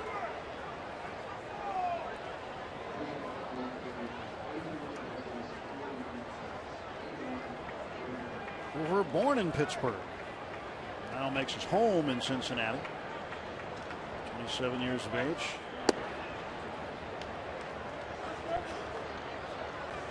Two balls, 2 strikes to Stewart.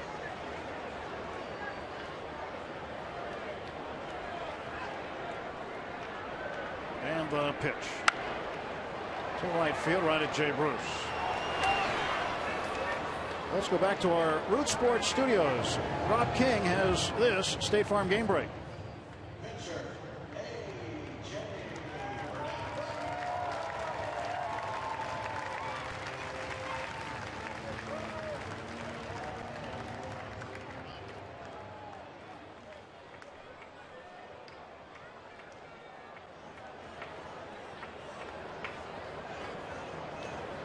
A.J. Burnett at the plate. 1 ball and no strikes.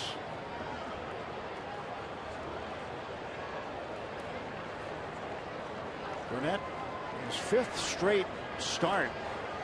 And A.J. has pitched at least 6 innings. And it's just the 2nd start all season when he's given up more than an earned run. A.J. with the leg kicks. Huh? Kicks it up there again. Oh, not much that time. Slide step. Jung Ho Kang's got the leg kick. He's been doing very well with it. The leg kick going on that big home run in St. Louis. Double off of Aroldis Chapman last night. I don't know if that was a leg kick or not. Might not have been, but he certainly did in St. Louis. Yeah, big leg kick, and that ball jumped out big. Way out of here. A.J. fouls it off. Too quick. Just cued off the end of the bat. Like you see, he's checking out the end. Thinks maybe he needs a little more chalk. I don't know if anyone's ever done that. It's like put it in the chalk line, the foul line, chalk it up a little bit. Like a pool cue. Yeah. I don't know if anybody's ever done that. You know, Bob, if you played 10 more years, you'd have done everything nobody else did. You would have come up with all kinds of things. I say I never cued one off the end of the bat. I always just swung it best clean. And you don't want to risk putting a nick in your bat. You know, you probably won a whole season with all the bat. goodies they have there. Now, see that big towel, the rag thing there that would look like it had grease all over it? That's the pine tar rag. And I could never understand, why don't they have one of those laying out there beyond the mound? They got a rosin bag. Why don't they put a pine tar rag out there? Got the rosin bag. Pine tar is illegal to have on your hands. You can have it on a bat. Yeah, but that's not pitching. That's hitting. Doesn't matter. What's good for one, it should be good for the other. You can have, both guys can have the rosin bag, but they get a pine tar rack to go with it. Yeah, but that's not Yankees, right. Michael Pineda was suspended for that after he was not right. Told he couldn't have pine tar, not once but twice. Charging is Frazier. Throws out Burnett. And there are 2 men down. Just a reminder, as you enjoy a cold one, look forward to Miller time later in tonight's game. Brought to you by Miller Lite. Or anytime. Anytime's a good time with Bob.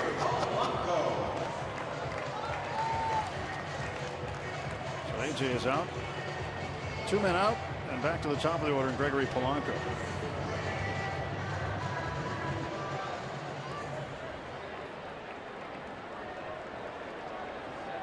Polanco 1 for 2. Look at the pine tar all over the bat. And gloves. Yeah. Pine tar and gloves. Never fails though. You know, you see a guy around the cage during BP or early BP, and you go, "How you doing?" They shake your hand with your batting glove on. First thing you do, you smell your hand because it's just covered in pine tar scent. I got one of those from Sean Rodriguez yesterday. He gave me a pine tar handshake.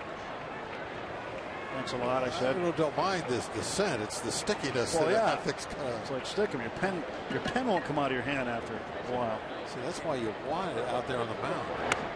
Gives you a little stickiness, a little tackiness.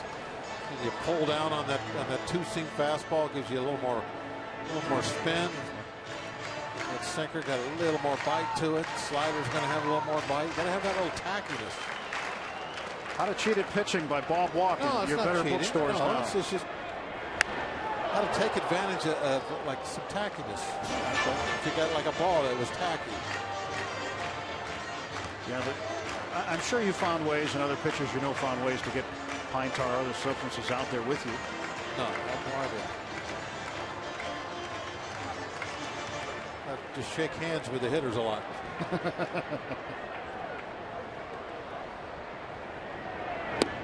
Polanco takes low. That's a strike. 2 balls and 2 strikes. Ball. Yeah, right there on the corner. Up in the air to shallow right center field. Bruce makes the catch. And 6 innings in the books at PNC Park. 3-2 Pirates.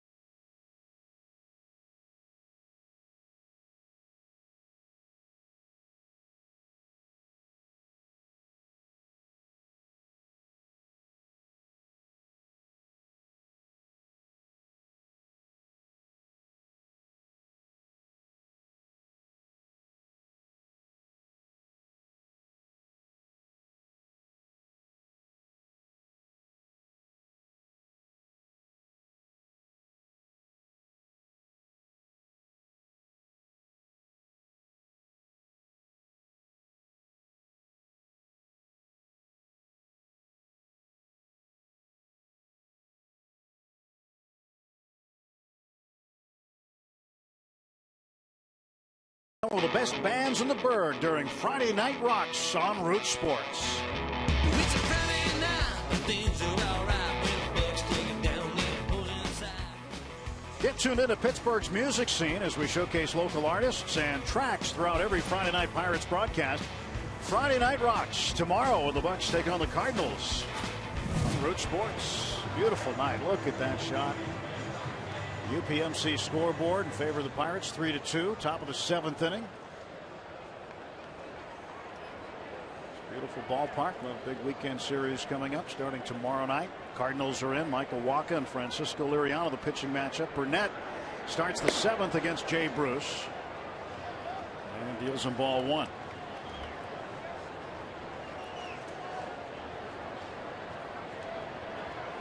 One thing is for sure, he'll eat innings, and by going deep into ball games, he'll help the bullpen.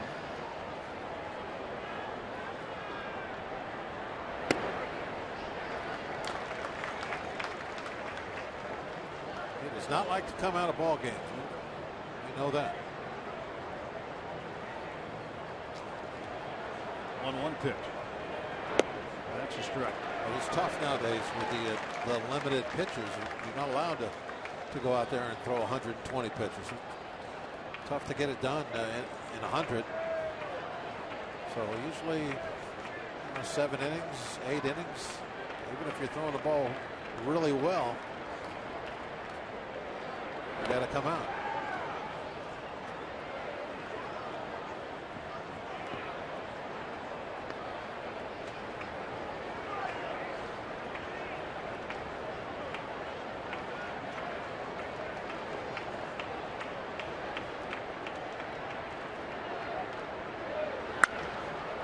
In the air to left field. Marte drifting over. 1 out.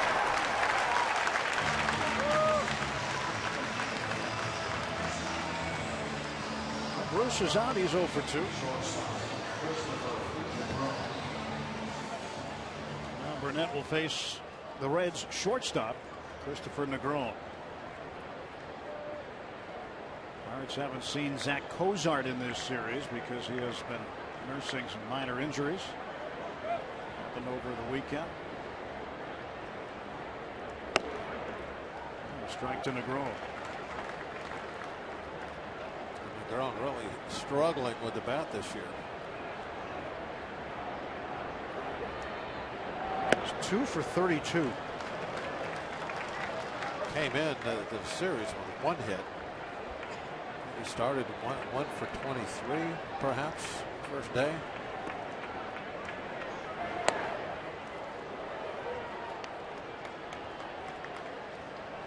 Average down to 0.63. Negron had a base hit in the 9th inning, and the game was already put away on Tuesday night. This time he gets one that might count. 3rd hit of the season for Negron. 1 out base hit. I don't think AJ wanted that curveball there. Got to have him 2 strikes. Kind of hung this over the inside half of the plate. You look at AJ's reaction there as he slammed his hand into the glove. Did not make a good pitch. Not happy with himself. And with that base hit by Negron, the Pirates activate the bullpen.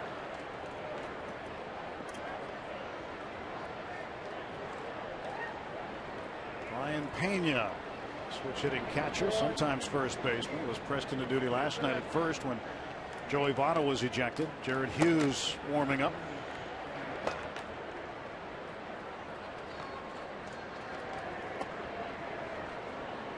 A 1-run ball game late.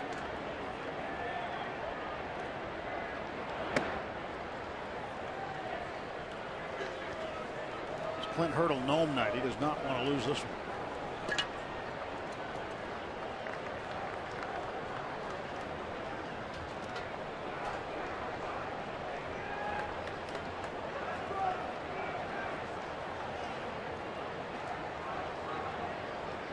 One out, one on.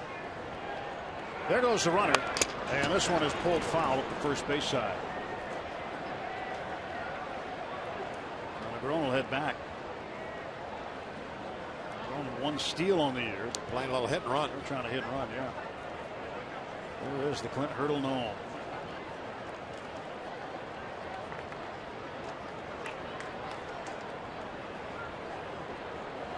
That's a little different, but you can see the resemblance.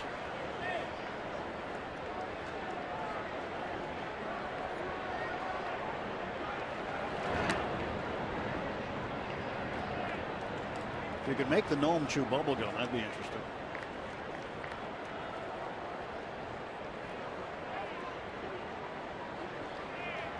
Yeah, working that gum over. 13 pieces a night. He picks up the pace as it gets later in the game.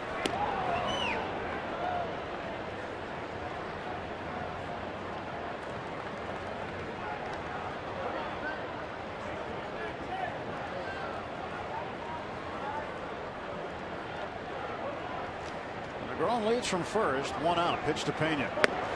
Strike call.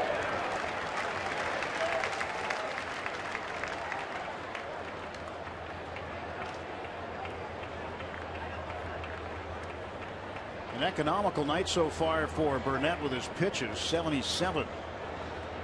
Pitching into the 7th inning. Negron creeping off of first. And a ground ball up the middle. That's a base hit. Negron's going to head to third.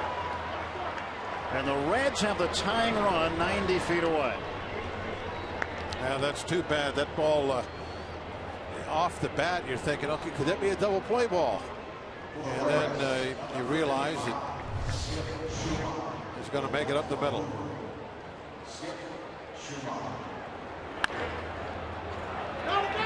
Nobody in that spot.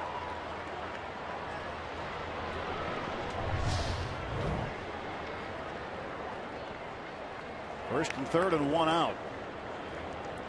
And the Reds will send up a pinch hitter, Skip Schumacher, who, while with the Cardinals against the Pirates, was a regular pain in the side for Pittsburgh. Schumacher's first appearance this series. And a ground ball wide of first for strike 1. He's got a lot of ground balls tonight. Hopefully get one more here. That has been really his big weapon of the night is the ground ball.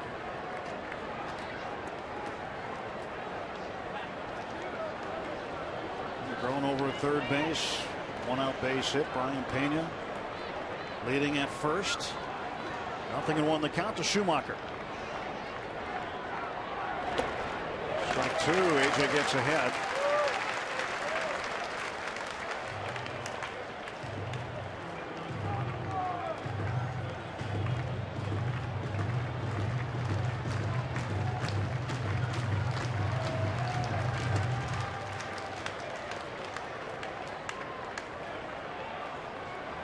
And 2. And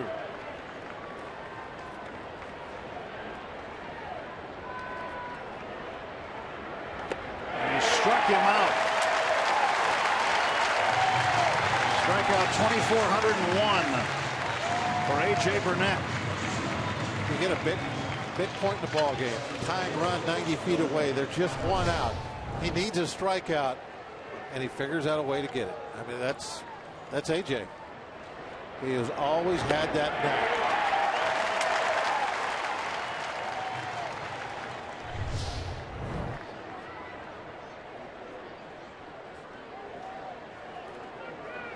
So Schumacher break the bat.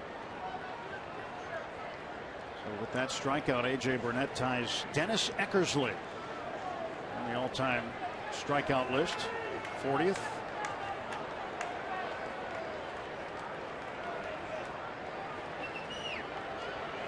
Pitch to Hamilton. And a striker's call. The next up on the list to catch will be Louis Tion. AJ won't get him tonight, but he will get him over the next couple of starts, probably.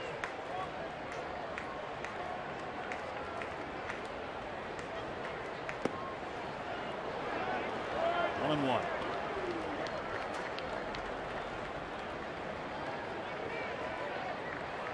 Seven hits apiece. Pirates with a 3-2 lead.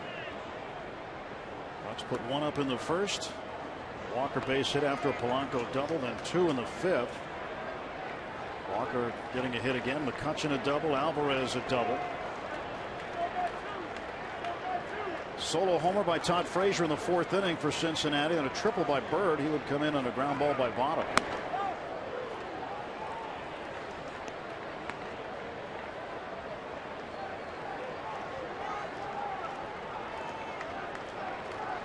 Two and 1 to Hamilton. Hamilton has grounded out 3 times. Tying run at third. 2 outs.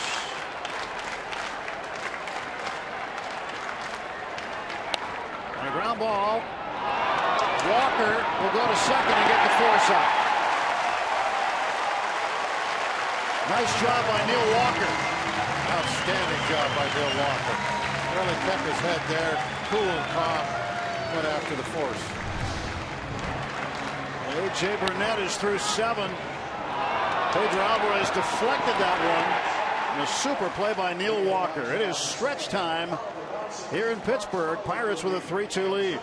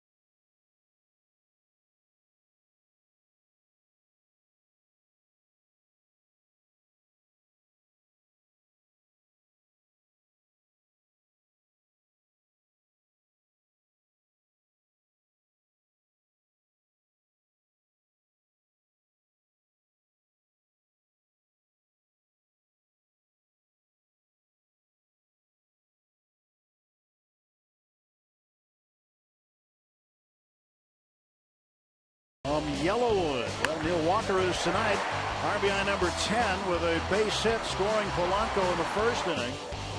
And in the 5th, another base hit. Walker would come around to score eventually. So he has had a hand on the scoring tonight. From the lumber from Yellowwood. Neil Walker will lead off, and good defensive play by Walker at the end of the top of the 7th. With the tying run bearing down on home plate, he was able to get a force out at second. A.J. Burnett getting handshakes and hugs through 7 innings. This is really a nice job by Walker, just keeping his head. No panic. He threw on the brakes and had to backtrack to go back and get that deflection.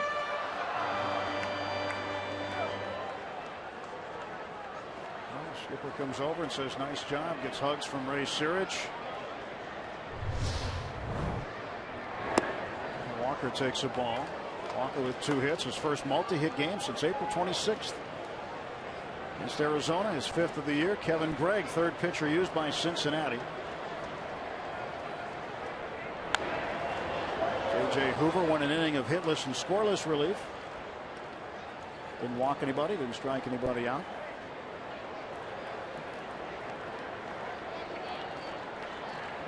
.283 average for Walker. He's been perhaps the Pirates' most consistent hitter in a time when they have been struggling for hits and runs. Finds himself on base very often.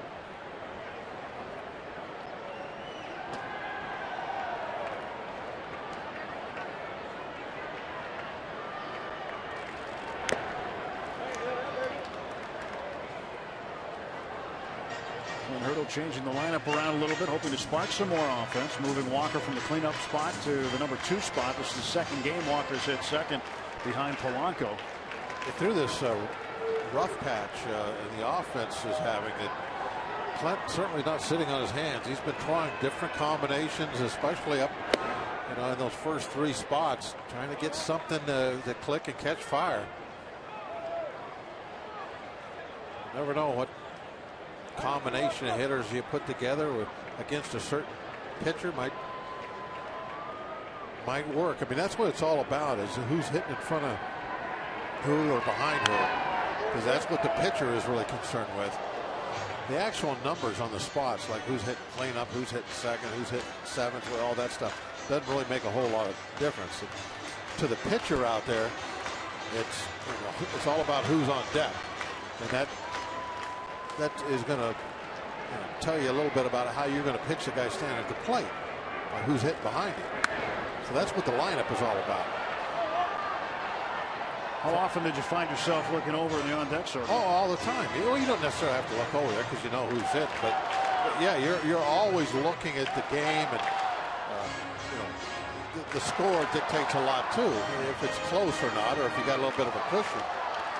The guys coming up, that's always on your mind, knowing where you are and who's on deck and who's after that too. Who's in the hole is also something you got to be thinking about, and that dictates. Especially if it's a night where you're not real fine with your control, how big of a piece of the strike zone are you trying to get with every pitch? So if you're a little afraid of that guy on deck, and your control maybe is not quite as good as it should be, and you got to take some big shots at the strike zone with the guy at the plate, now he's going to see some good stuff to hit because you don't like who's coming up next, and you don't want to do that. Mess around trying to hit a corner and then walk a hitter in front of somebody that you're a little fearful of.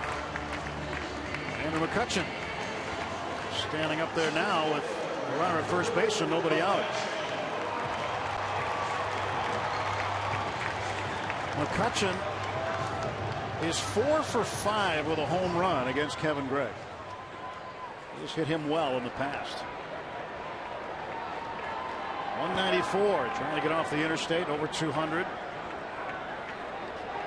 McCutchen with a big double in the 5th inning, scored a run, walked back in the 1st. Been on base twice. And a strike call, 0-1. And the numbers against Kevin Gregg.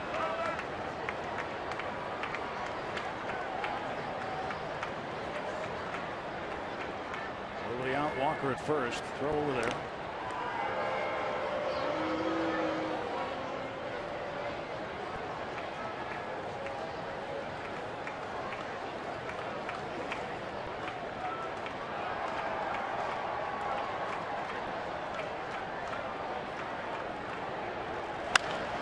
To left field and a base hit.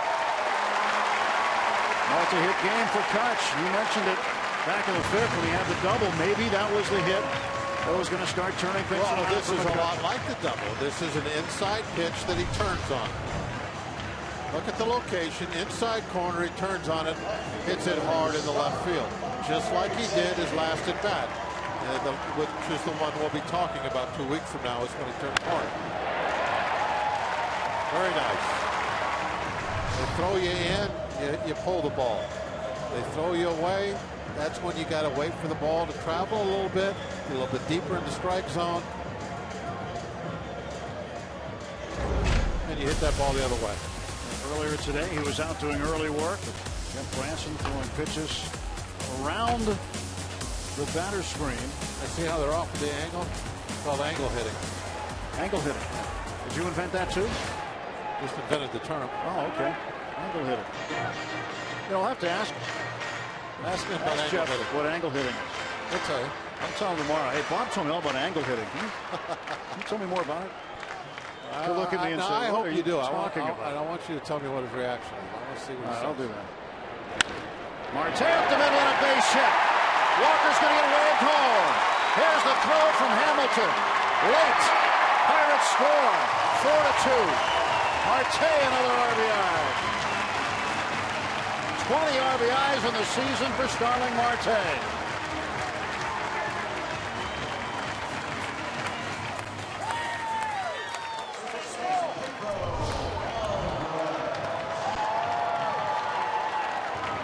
Back up the middle. Now, this is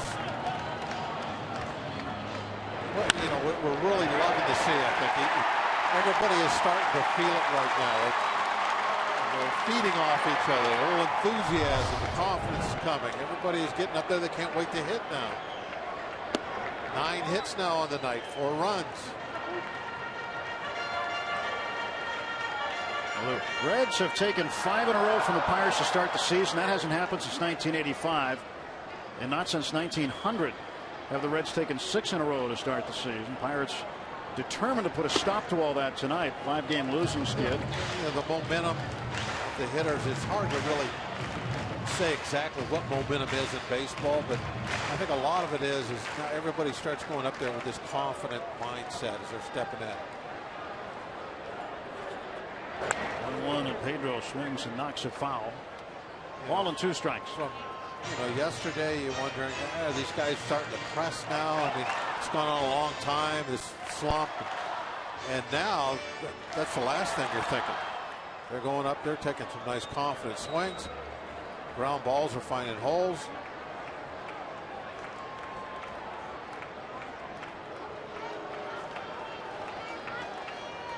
I don't know why you're allowed to do that. Fake the second. You can't fake the third or first. Why second? Good point. Yeah. Pedro strikes out. Pedro is out. And down. Central Division Showdown tomorrow. Pirates and the Cardinals, 7:05. Make sure you're here. Free Shirt Friday. First 20,000 in attendance receiving a free Pirates t-shirt courtesy of Marlins. For tickets, go to pirates.com/freeshirtfriday. Jeff Locke picking the brain of A.J. Burnett, as he often does. And this guy needs a hit. If there's anybody on this ball club that is due, it is Josh Harrison.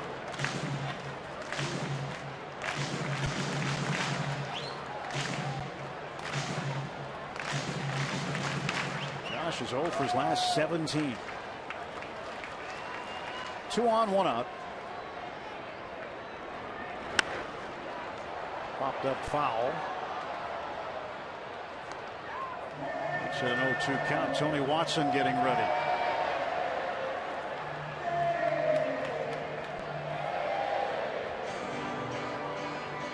Andrew McCutchen, 5th multi-hit game of the season. His last multi-hit effort was the 29th of April at Wrigley Field against the Cubs. And Harrison a chopper toward third, and a little foul. How about that? A little practice slide. He'll slow down somehow.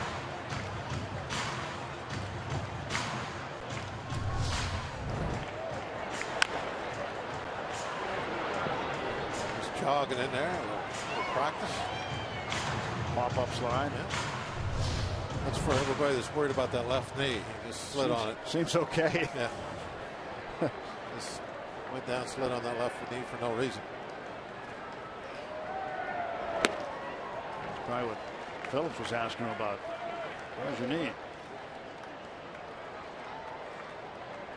It's a clubby in Frisco. Who is? Harvey, how's your knee? Oh, is that right? Didn't know that.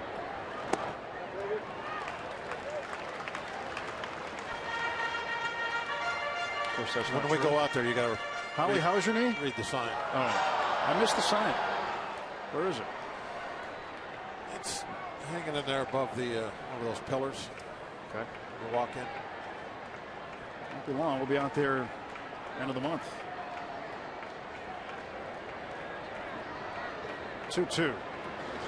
Inside, full count.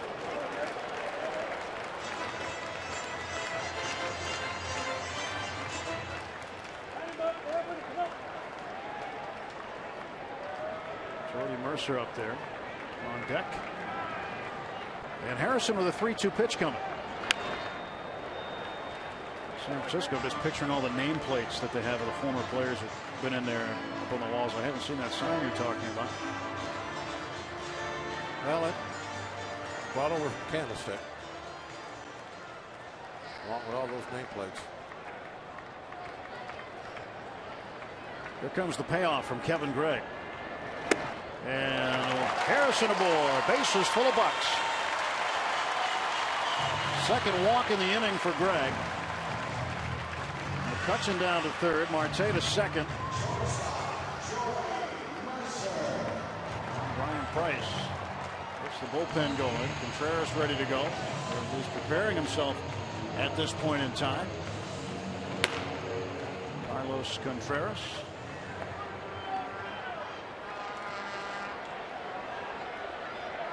A chance here with 1 out of the bases full. Pirates could blow this game open.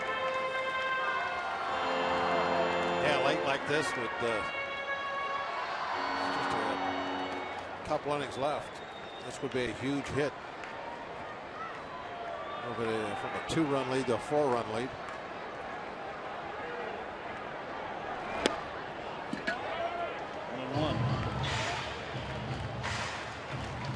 Had a base hit in the 4th. 1 for 3. Touchdown at third base. Here's Marte at second. J-Hay at first, and this ball pulled foul.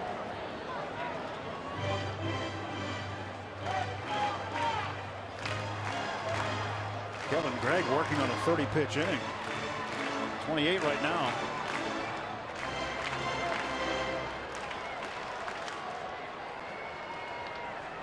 With 1 run already. Base is full in the 1-2. 2 balls, 2 strikes.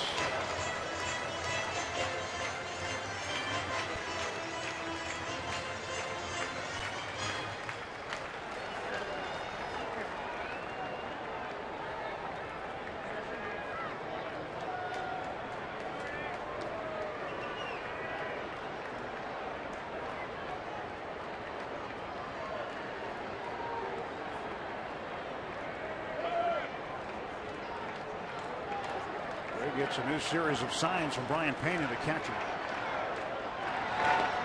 Bounces the 2-2.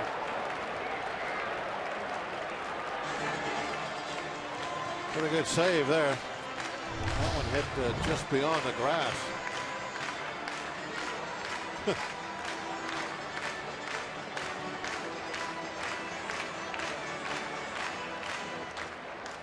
Payne, you're just thinking when he went down to his eye, I hope I blocked this one somehow.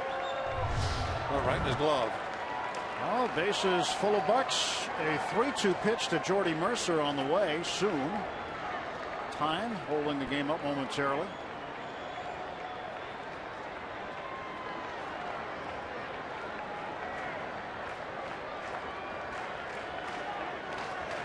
And Pena will go out. Bit of news yesterday, Bob, on the pace of play rules. Yeah. Apparently there's been an adjustment. You know how this month they're starting to hand out fines to players. And apparently the players have been told that as long as the game finishes in under 2 hours and 45 minutes, a player who might commit an infraction in the game will have the fine wiped out for that night. Oh, strike 3 call. Kevin Gregg strikes out Mercer. A borderline pitch.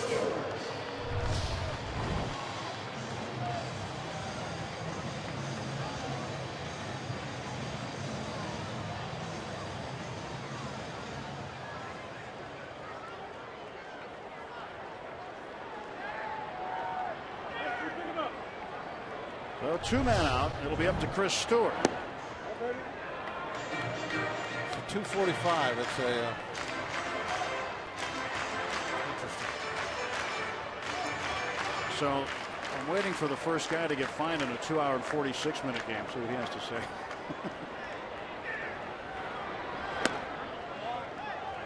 But yeah, apparently the players found out about that just the other day, a couple days ago.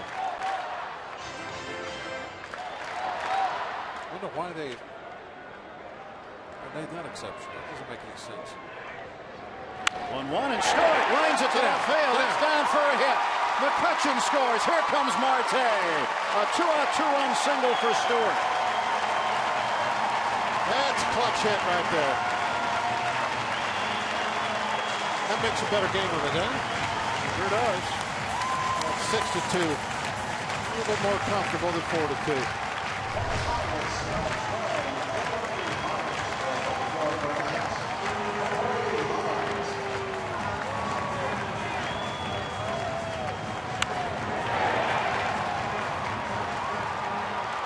Picking up that bat, getting that out of the way.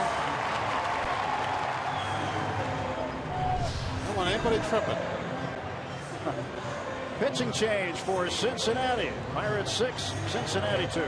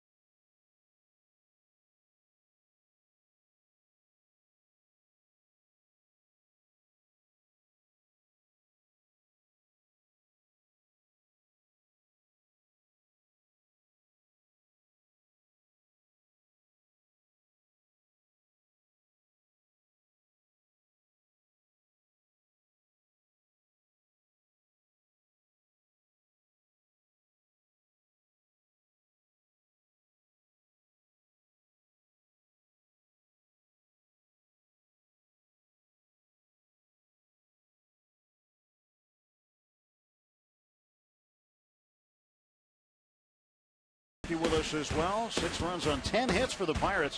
2 runs on 7 hits for the Reds. Todd Frazier's solo home run in the 4th inning.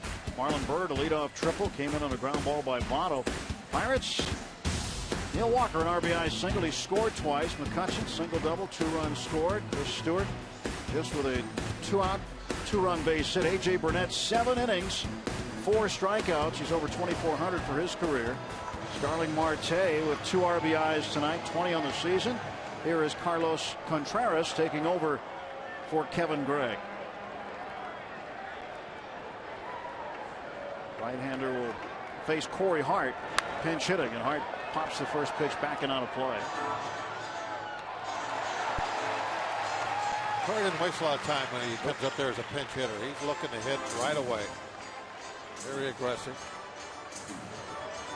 Pirates have 4 pinch hits. He has all of them. Hey, guys have different styles, when they go up there, as opposed to when they're in the game playing. They know they're going to get 4 or 5 at bats. Or when you're pinch hitting, as Corey's doing right now, he gets up there and he's just hunting fastball right away. Yeah, that's the number of RBIs he's got tonight. It's a V for victory. And the pitch to Hart outside, 1-2.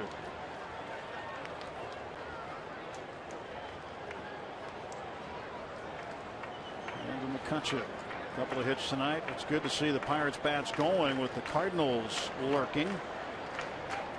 Cardinals in town by now after their 5-1 win over Chicago today, taking 3 of 4 from the Cubs. As the Cardinals have been nearly unbeatable at home this year. And they'll have to take their act on the road here to PNC Park. It'll be a big weekend here. Hope you're part of the festivities. Francisco Liriano pitching tomorrow night against Michael Wacha. And that should be a great pitchers matchup tomorrow night.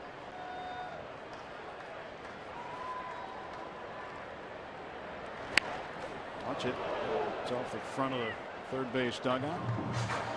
Nissan Road ahead, the probable starters for the Cardinals series. Wacha and Liriano tomorrow. Carlos Martinez against Vance Worley on Saturday. And then Sunday, Jeff Locke will pitch for the Bucks against Tyler Lyons.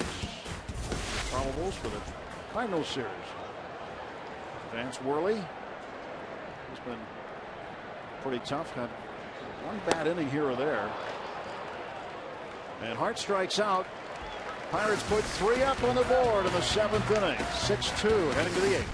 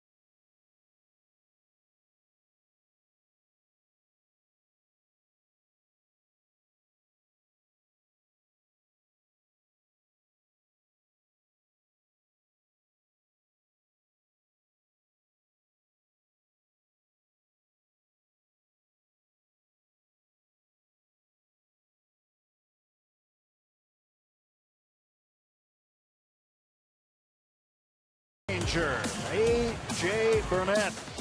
Another quality start for A.J. Outstanding work again. Hopefully the Buccos can give him a W tonight. ERA still well under 2 at 166. 7 innings, 4 strikeouts, but over the 2,400 mark. It's one of 41 pitchers in the history of the game to do that. He's very efficient tonight. He was able to keep that pitch count down, got a lot of ground ball outs. It was really a pleasure to watch pitch tonight. Well, that is an interesting looking boat. It's got the right flag on it, but I don't know what that hood ornament is.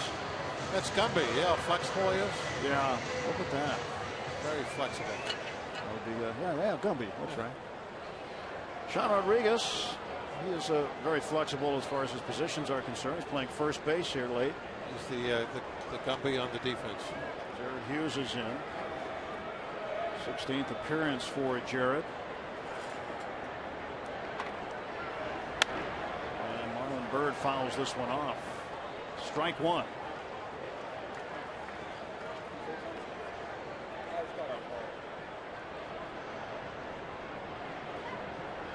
So these changes are straight up.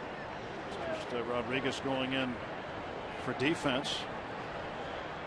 As he will late in games for Pedro Alvarez, and the Pirates have the lead.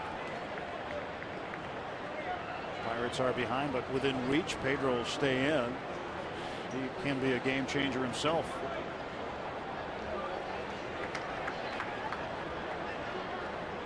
On 1 pitch. And that's fouled off. 1-2. Really trying to crowd Byrd. Two-seamer keeps tailing in on him.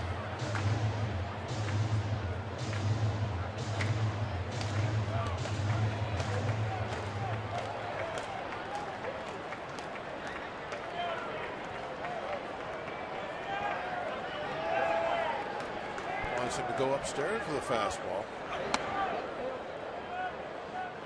Not huge specialty pitch, I don't think, the high fastball. No. He has been able to get that accomplished a couple times this year. Get a couple strikeouts, but mainly he is downstairs with the two-seam fastball trying to get ground balls. Gets a pitch off the handle of Byrd there. One ground ball pitcher follows another ground ball pitcher. There's that sign again up on the rotunda.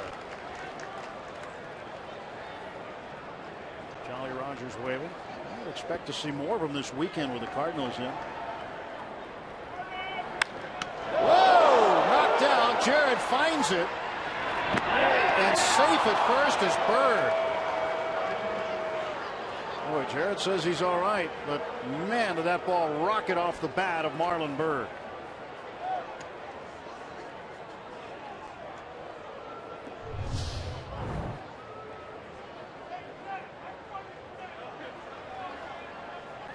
Able to fend it off with his glove, but right now he doesn't know quite where it is. Just a little bit of a hesitation getting rid of it. Allowed Byrd to be safe.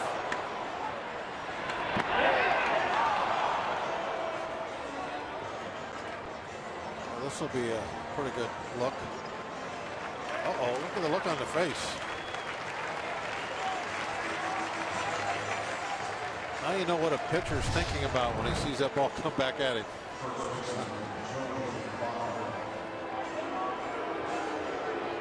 Can be a little unnerving. Byrd with his second hit. Joey Votto at the plate, nobody out. Votto getting some boos. Braun. About the same amount. Yeah, they've been booing him hard since he was ejected last night. I think the situation perhaps could have been a miscommunication. I think the words that he had for Garrett Cole as Cole was walking off the field, maybe Chris Conroy, the umpire, thought they were for him. That's one theory. Well, I don't think there's any doubt that's what happened.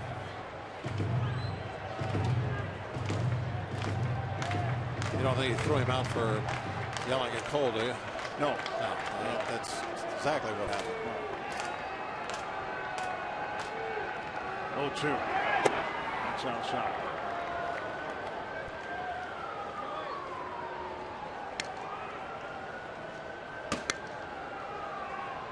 Votto may face some action from the league based on the fact that he came down the first baseline and bumped the umpire Conway. And he goes down swinging. And Votto is 0 for 4.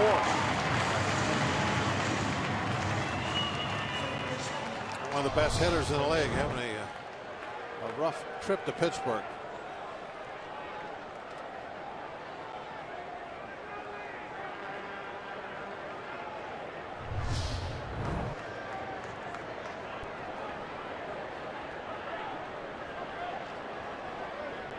Well, one down, and now Todd Frazier to face Jared. Rivers low for a ball.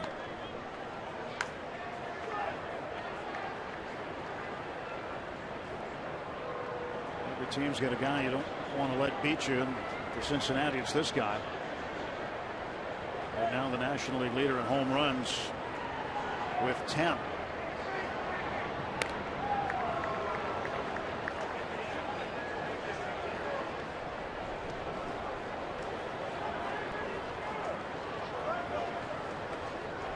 A little frustrated. Hey, he's probably looking forward to getting on that airplane.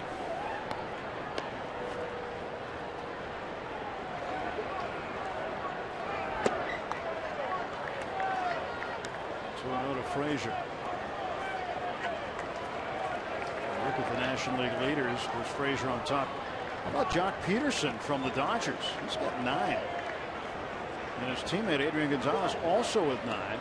Bryce Harper, the Nationals, with 8 because he had 3 yesterday. A 3-homer game for him.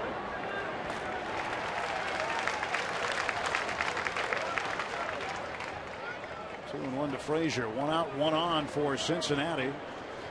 Top of the 8th inning.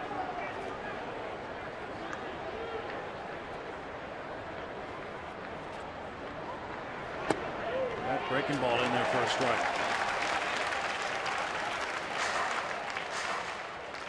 I like Frazier's chances with that ballpark he plays in.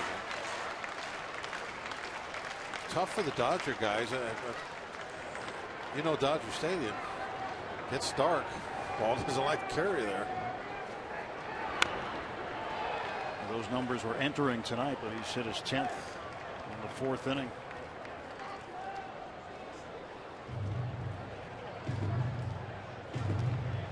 Last year he was the National League winner in the new home run derby format. Guys who go deep in that home run derby, they just look exhausted at the end of the night. And the 2-2 to Frazier. Hit it.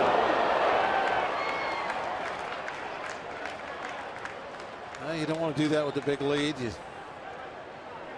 No free passes.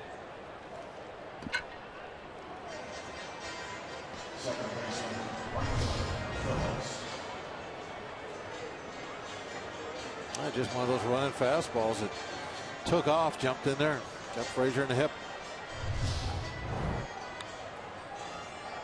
Clint Earl's coming out to get Jared Hughes. Tony Watson's going to come in there in the 8th inning.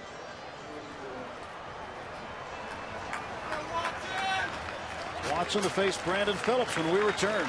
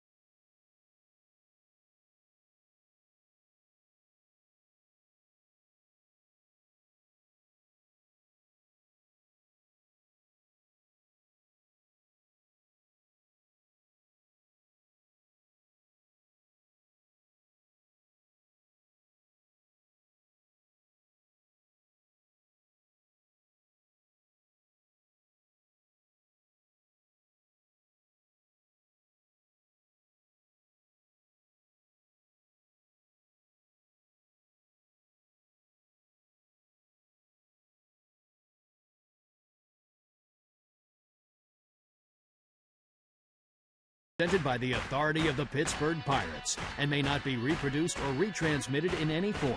And the accounts and descriptions of this game may not be disseminated without the express written consent of the Pittsburgh Pirates.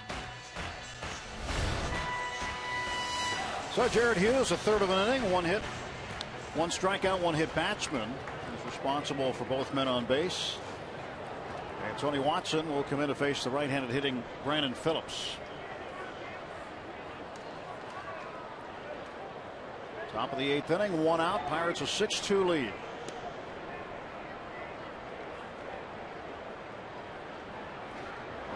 And Phillips to left field, right at Marte. 1 pitch, 1 out for Tony Watson. Oh, nice routine fly ball on 1 pitch. Phillips is now 2 for 12 against Watson.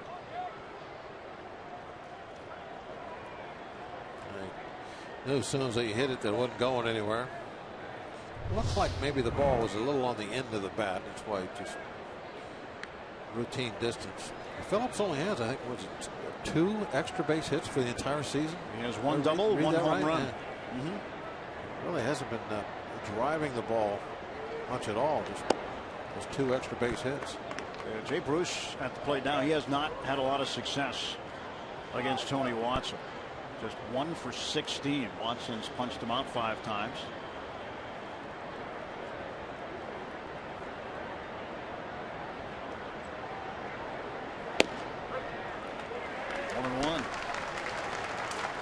So you think this matchup favors Watson and the Pirates? Jared Hughes watches on. Hopefully this matchup will lead to the 3rd out. Pirates will hit.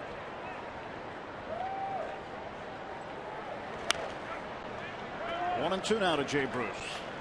Pirate bullpen trying to protect this lead for A.J. Burnett, get him his first win.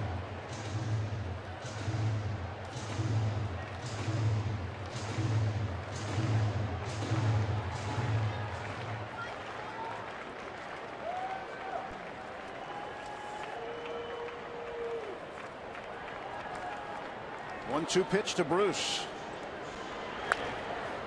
Little number past the mound, and that's a foul ball. Went off his foot.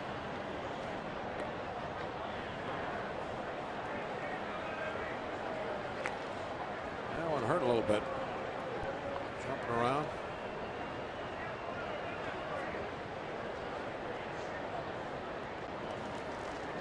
Watson with 2 on. Behind him, 2 men out. Tony retired all 3 Cincinnati hitters that he faced last night. Stranded 2 inherited runners Friday night in St. Louis. Pitched an inning and a third scoreless there.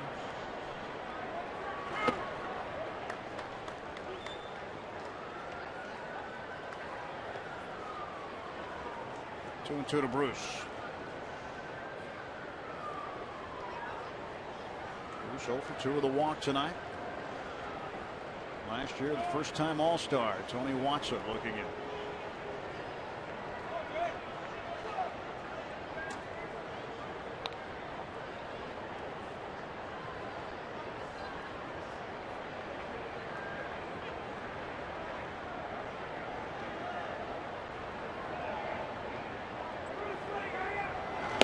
Struck him out.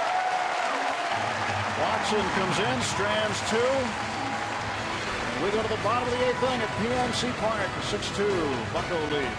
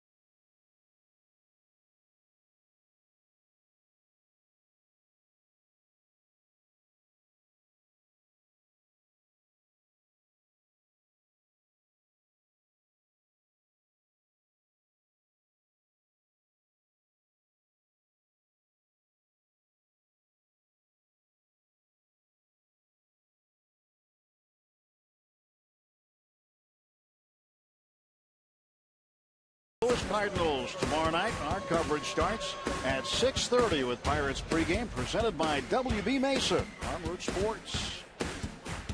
Bucks and Birds tomorrow night. Francisco Liriano and Michael Wacha. UPMC scoreboard has the Pirates in front 6-2, bottom of the 8th, and the top of the order up. Postcard count tonight in Pittsburgh.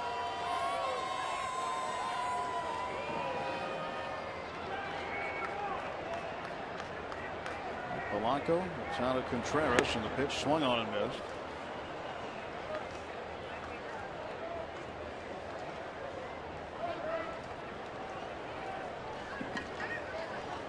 One for 3 tonight with a double in the first inning. He would come around to score on Walker's base hit. One goes to the backstop. 1 ball, 1 strike.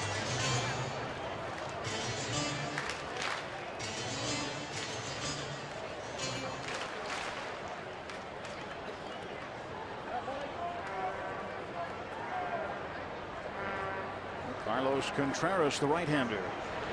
1-1 pitch is up. Double digits in hits tonight for the Pirates with 10. Wouldn't mind a few more, and you know, hitting is contagious, as they say, Bob, and maybe it can spread through the weekend. It's a lot about that mindset. I've talked about that before. What's contagious about it and what gives you that momentum, and like I said, it's kind of hard to say exactly because it is baseball and it depends so much on that opposing pitcher, but still, you know, once everybody starts getting some hits, and you saw it tonight, you take that confident attitude up to the plate with you, and that makes a difference. Leadoff walk to Gregory. Andrew McCutchen coming out into the on-deck circle as Neil Walker comes up. I would like to see Kutch get that 3-hit thing. Wouldn't that be nice? That would be real nice. Walker's got 2 hits tonight. He's also walked twice. 2 for 2 evening. Average of 283. Jay Hay still looking for a hit. He did reach base with a walk in the 7th, so he's getting a little closer.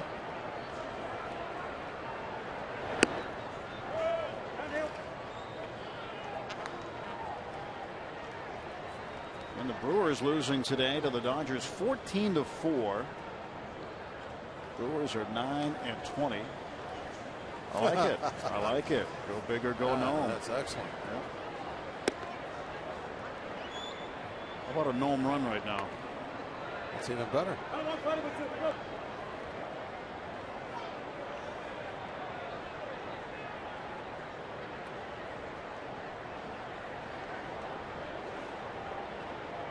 Going to the count to Walker. Clint Hurdle gnome night tonight.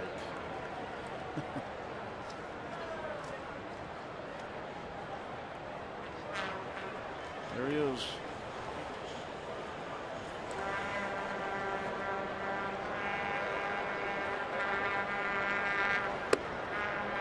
Pitch is up and away. 1 ball, 2 strikes.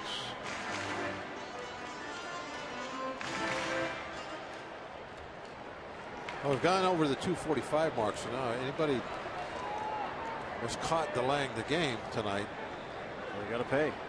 got to pay up. Walker hits this one well to left center field, but Billy Hamilton speeding underneath it. He'll make the catch. Polanco back to first. A lot of guys tagging at first. Seems like routine fly balls, trying to catch the outfield sleeping a little. I want to revisit one of the keys of the game you came up with concerning walks. Should take a walk, right? That was one of the things they needed to do. 7 walks tonight, ties the season high. And that's one of the things that a lot of people have been talking about, a difference in our offense this year, is we're not getting those base on balls.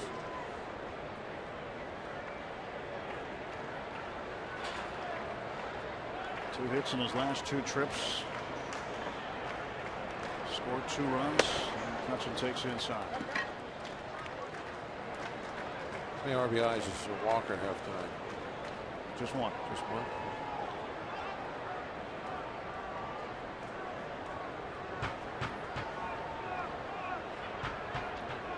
On the season.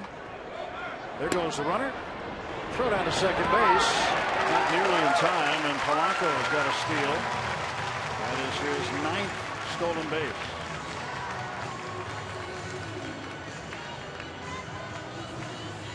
He just got this one so easy. You know, it's not really all that exceptional of a jump. Like just that he only takes about 6 strides. Yeah. He's got those giraffe legs. McCutchen to left field. That ball's going to get down for a hit. Here comes Polanco. Throw from Marlon Bird is not in time. A base hit and an RBI, and Andrew McCutchen with a 3-hit ball game. Touch on his way back.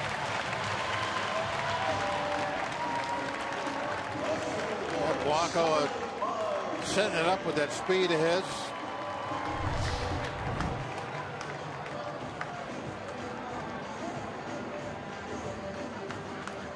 This guy out there on the end of the bat, you could hear the bat shatter. It's a little too quick on that ball, but now Polanco with his speed makes this no contest. As it's developing, you think, well, there might be a play at the plate, and then he ends up scoring, and the ball's not even in the shot. I mean, it's just, he's so deceptively fast when he's running those bases. So McCutchen's off the interstate now, Bob. He's hitting 210. 210 and climbing. Marte at 258, 1 for 2 tonight. 2 RBIs, 20 on the year. There is a 210 interstate, by the way. Is there? Yeah. Oh, yeah, I guess you're right. Foothill Freeway. Yeah, you're right. The 210. Just east of the 5. C-run. You know, he's getting to third base, same time Bird's getting the ball, and you think, wow, this could be close, and then it's like no contest. And he even had to kind of do a little, took one little short step as he was approaching third, where it looked like he and Frazier might get together for a second.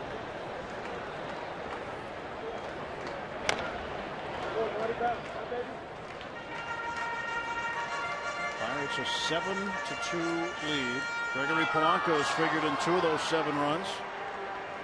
Got to go tonight. I mean, that was really one of the, I think, important things. He started the game off with that double and got knocked in right away by Walker.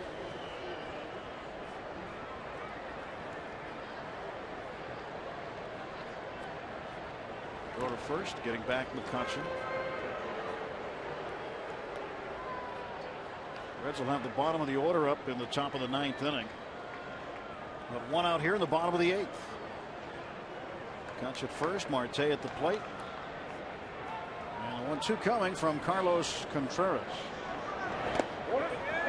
Did he go? No, says first base umpire Scott Berry.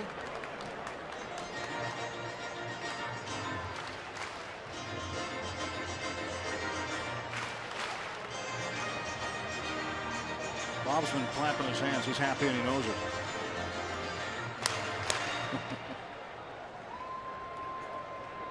Got to be happy tonight. Look at that scoreboard, 7-2. Much different mood in this ballpark tonight. Ground ball to second. Phillips flipped and a gone, and that's 2. That ends the inning. Pirates add another. We're through 8 full. It's a 3-hit night for Andrew McCutchen and a 5-run lead.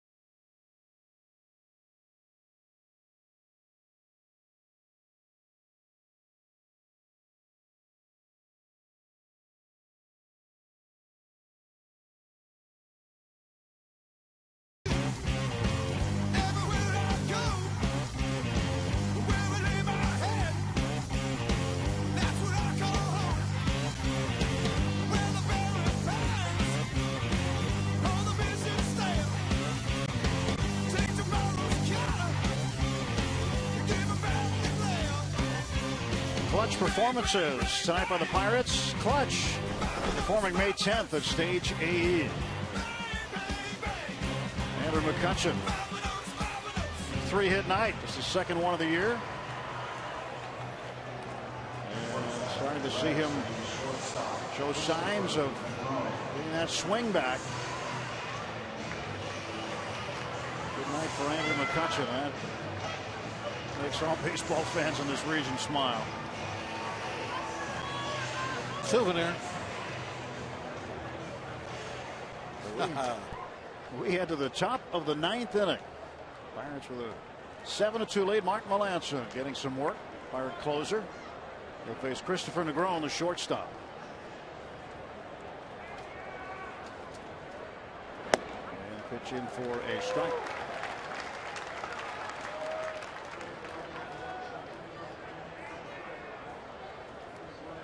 Nothing in 1-2. Negron. For 3 tonight, hitting 091. 2 of his 3 hits on the season have come here in Pittsburgh. Strike 2. They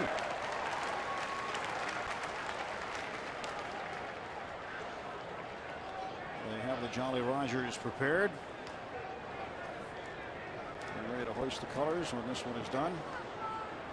Part of the fun.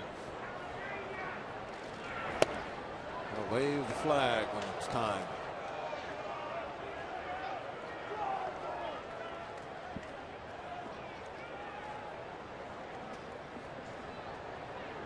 All he's missing is the parrot on the shoulder.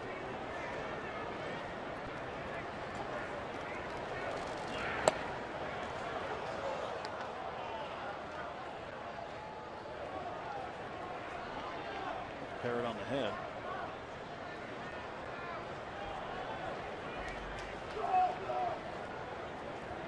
Melanson getting ready to deliver the 2-2 pitch. That's a base hit. And Negron an opposite field single, his first multi-hit game. 2 for 4 tonight.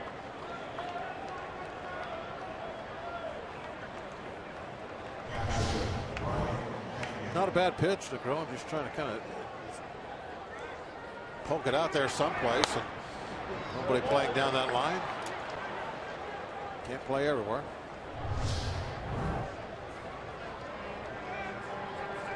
They're not going to hold him on.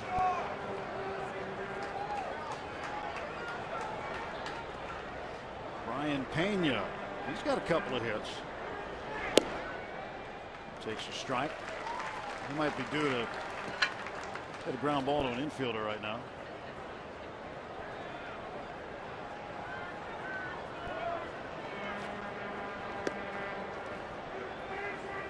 One of 3 catchers the Reds are carrying. Devin Mesoraco has a hip problem right now. He's been limited to pinch hitting duties.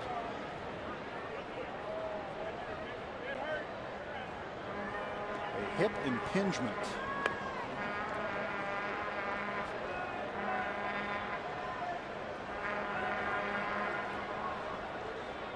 0-1 pitch coming. A bit low. 1 ball and 1 strike.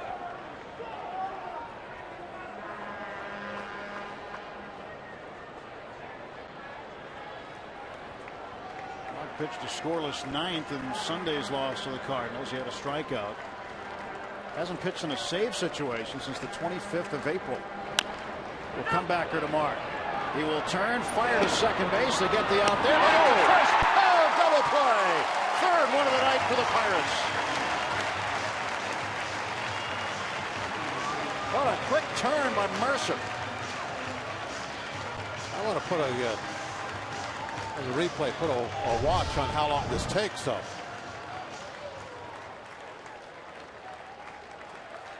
That Mercer did a nice quick job of turning it, but boy, Pena had forever to get down that line.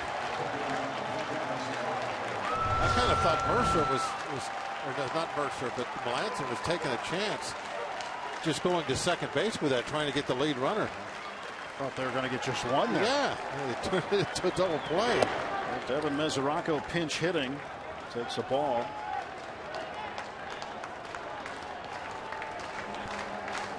2 for 8 against Melanson. Marco struck him out twice. 5-run lead, 2 outs, top of the ninth. Would have been 27,000 on their feet at PNC Park on this Thursday night. Strike call.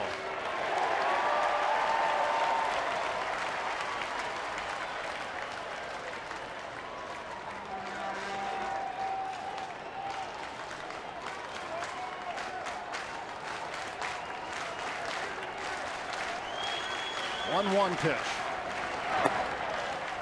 It's 2-1.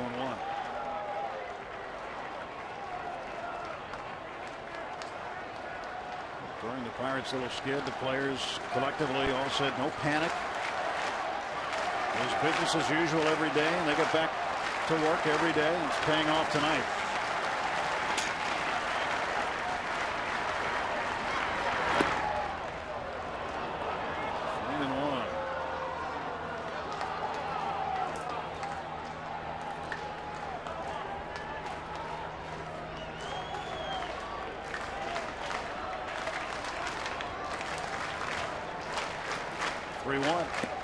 Inside corner, and now the Reds down to their final strike.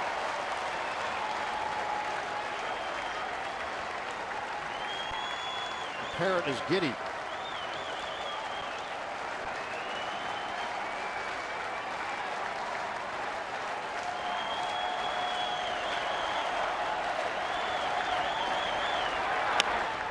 In the air to left and deep. Marte back to the track, and Marte at the wall makes the catch, and the ball game is over.